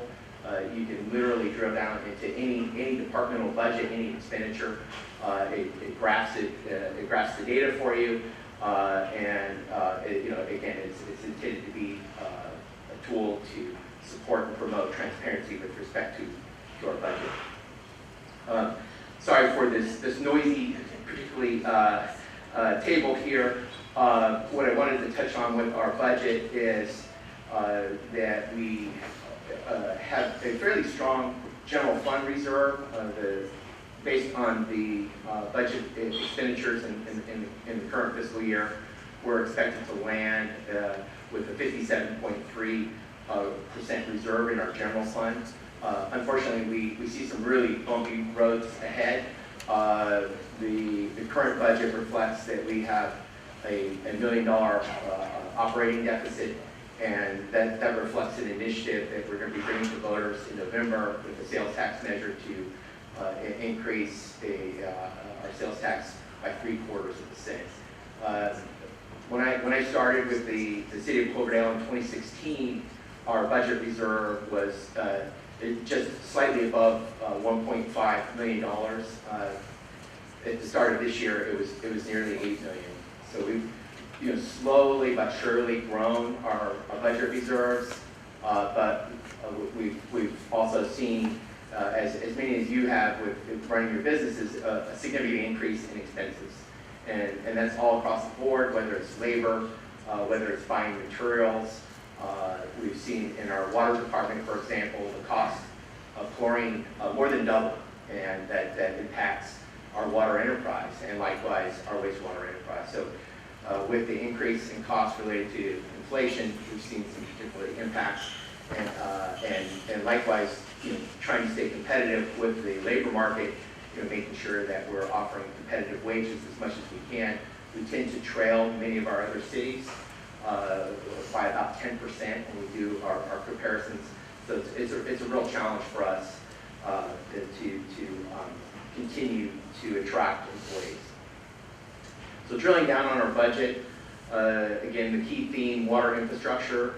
We are on the heels of completing a pretty significant major project with retrofitting all of our meters with what are referred to as AMI meters, or that's advanced metering infrastructure that will allow all of our customers to have real-time data relative to their water demand, and allow us to track very acutely water use and find leaks very quickly where we were unable to do that before. And that's a real direct response to the pretty significant drought that we went through. Obviously, we all experienced that. Likewise, we are working on rehabilitation and replacement of 2 of our major water wells. We rely, like most of all Sonoma County, on the Russian River for our water supply, and we are working on major work to improve our 2 of our wells, which is intended to make our water system more resilient. In addition, we have a major water tank replacement in the works. It's in design. We want to replace a tank that was constructed in the 60s. It's now well over 50 years old, and replace that with 2 new modern water tanks. And that's all about improving our water infrastructure. Again, the focus on service delivery and ensuring that we're able to continue to provide high level of services. As kind of a key theme that was echoed by our city manager colleagues is revenue enhancement. Of course, council kind of seeing the significant headwinds, opted to place a ballot measure before the voters. The decision was made to put a 3/4 cent sales tax measure on the ballot. So unlike other cities, we don't currently have any sales tax measures, so this will be a first opportunity for the city to pursue additional tax revenue. Currently, the city of Cloverdale is one of the smaller collectors of sales tax. We receive about $1 million a year. So it's not a significant, it's a significant amount for us, but in comparison to our other cities, it's a much smaller amount. The 3/4 cent sales tax is expected to generate approximately $1.5 million, so more than double our current sales tax revenue. So pretty significant for us. In terms of permitting processes, we heard from our colleagues. It's all about how do we improve that process to reduce the timelines for business. And I'll share with you that at our city hall, we have in total in the city we have 43 full-time equivalents. So we have a really small, lean team. Of those 43 employees, 20 are in police, and the remaining employees are what provide our maintain and manage our water plant, maintain and manage our sewer plant, maintain our streets, maintain our parks, and then we've got our planning, admin, utility billing staff. At City Hall, we have 8 staff, so we're pretty lean when it comes to serving the public. And what we've tried to do is make as many of those services available via online portals, being able to apply for and get your building permit online, and move as much of that into the digital realm. And so far, we've seen a lot of significant positive feedback from that without service interruptions. It's really helped with the plan check process and coordination with our member agencies like Cloverdale Fire District. Again, we heard from the city manager team that grant revenue is particularly important, and that's something we are really focused on. We very closely track both federal and state grants. We were fortunate enough to be the recipient of a grant from the Bureau of Reclamation to look at and study moving to advanced treatment for our wastewater plant. We currently don't have advanced treatment, and the intent there is to be able to move to having and be able to provide recycled water for our community, again, under the theme of enhanced service delivery. We saw a real need for that during the drought, and the funding that we were going to receive from the federal government for this effort is going to be very significant, because that's going to alleviate the burden on the ratepayers by obtaining grants. In terms of housing and homelessness, there's a lot of affordable housing development currently under construction. Most recently, the city, in partnership with a nonprofit developer, completed what we call the Cherry Creek Affordable Housing Project. That was a site that had been owned for a number of years by the former redevelopment agency. That project is fully constructed and fully occupied, and it's really well and nice designed project. And I'll talk a little bit more about some additional projects that are in construction.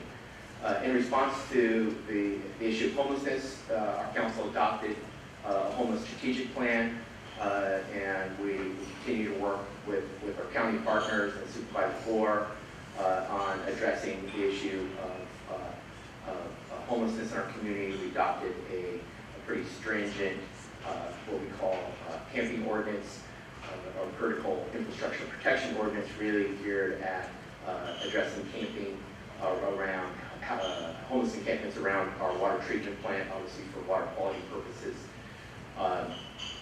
And like many of our other cities, we got our general plan certified by Housing and Community Development, and that is going to be guiding future housing development in our community. Speaking and drilling down a little bit more on our infrastructure investments, the council has really echoed the need to engage in additional both road, traditional road pavement projects, but also pedestrian improvements.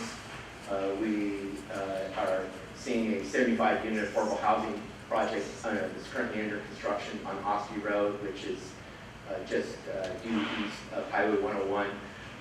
We were fortunate to get some CDBG funding to improve some sidewalks and access to the property.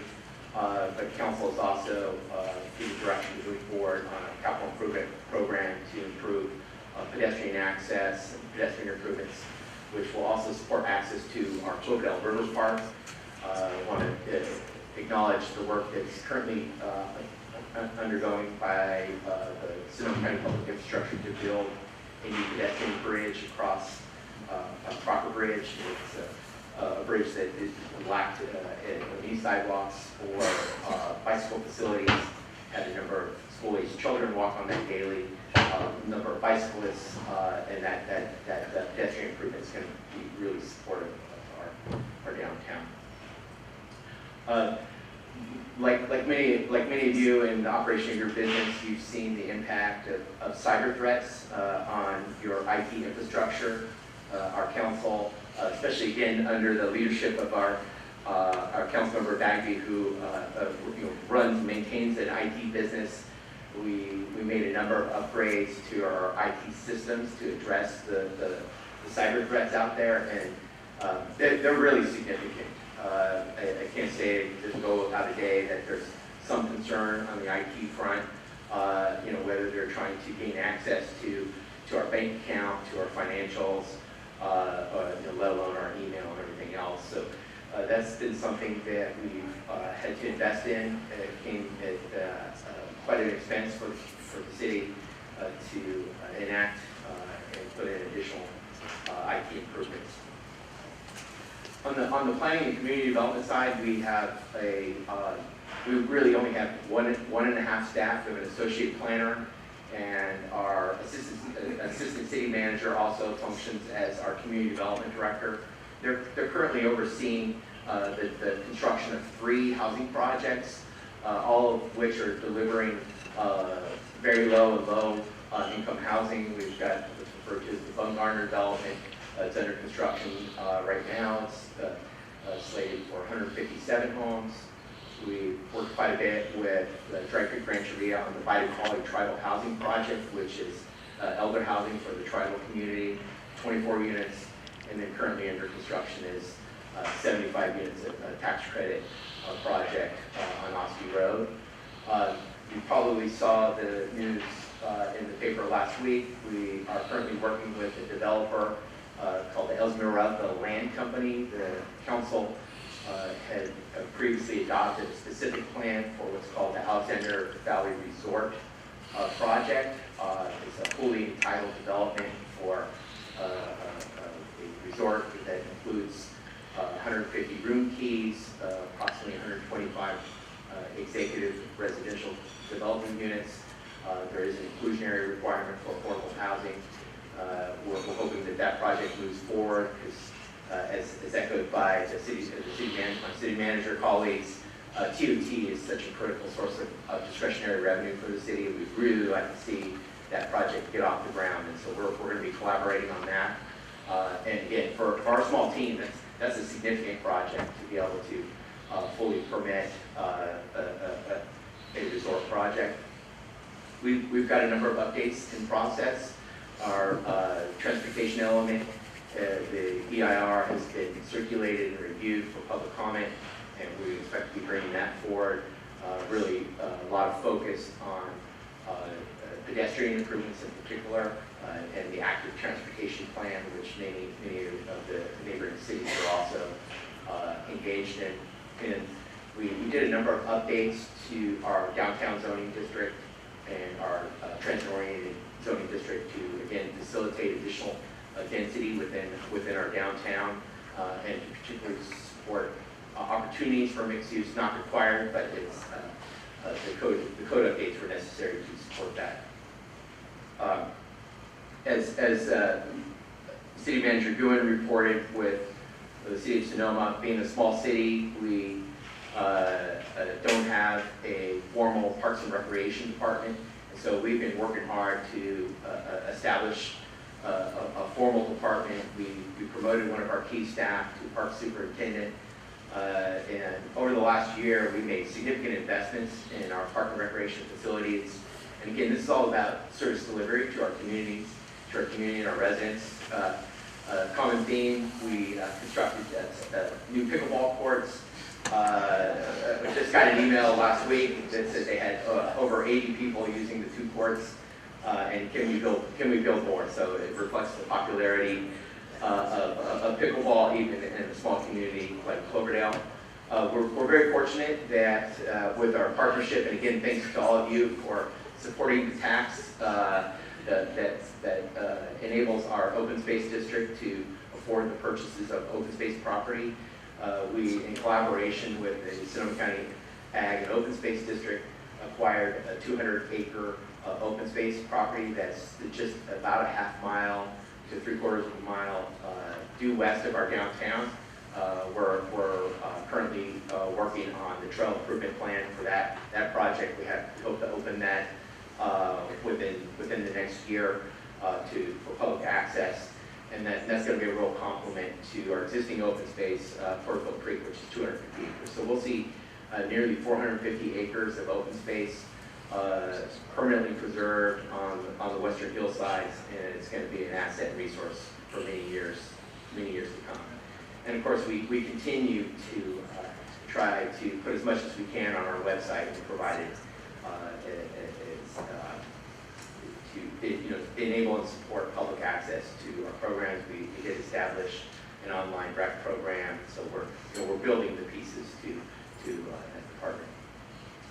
That's really where I want to kind of end the presentation. I do want to, the call to action is, I think, I'll say be a pal. And you might say, what do you mean be a pal? Well, kind of as echoed by Mayor Kesha, first and foremost, it's democracy is a participatory sport. Participate, and your views, your input is so critical. And that brings me to the A in PAL, and that's advocate. And advocate for positive change. I think the Business Alliance, Sonoma County Alliance can be a great voice for positive change.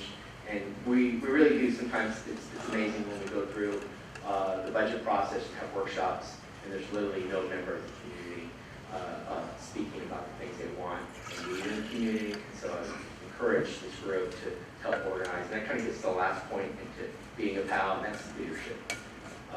There's a real vacuum of leadership, and I think it's where we look to the business community to step up and be a leader. And I think that's so critical. We need your leadership, we need your input, advocacy, and participation.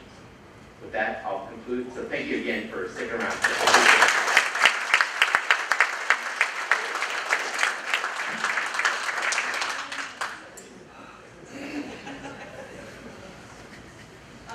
Thank you everyone for sticking with us here.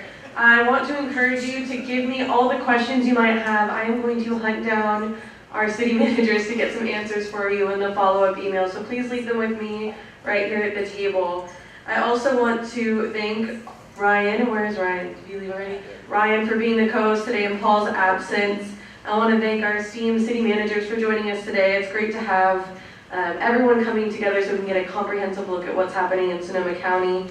Thank you to our electeds that came today. Supervisor Gore, Keith Roberts was here, Roanoke Park Vice Mayor George Duduche, Councilmember Samantha Rodriguez, Windsor Councilmember Sam Salmon, Sebastopol Councilmember Mary Gruley, Mayor Diana Rich, thank you for being here, Santa Rosa Vice Mayor Mark Stapp, Councilmember Okrepke, thank you Melanie Bagby for being here, from Cloverdale, Healdsburg, Ron Edwards, thank you for always being here, Mayor David Hagley, thank you for being here, Mayor Evelyn Mitchell from Healdsburg. Thank you so much. We're so grateful to have you guys with us today. And if you like today's program, please consider joining, become a member.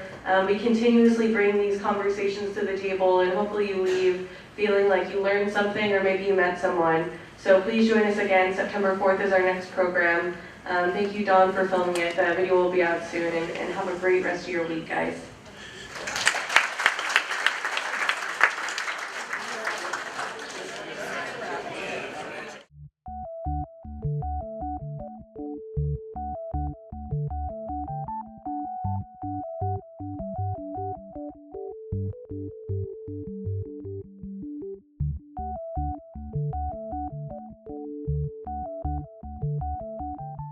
You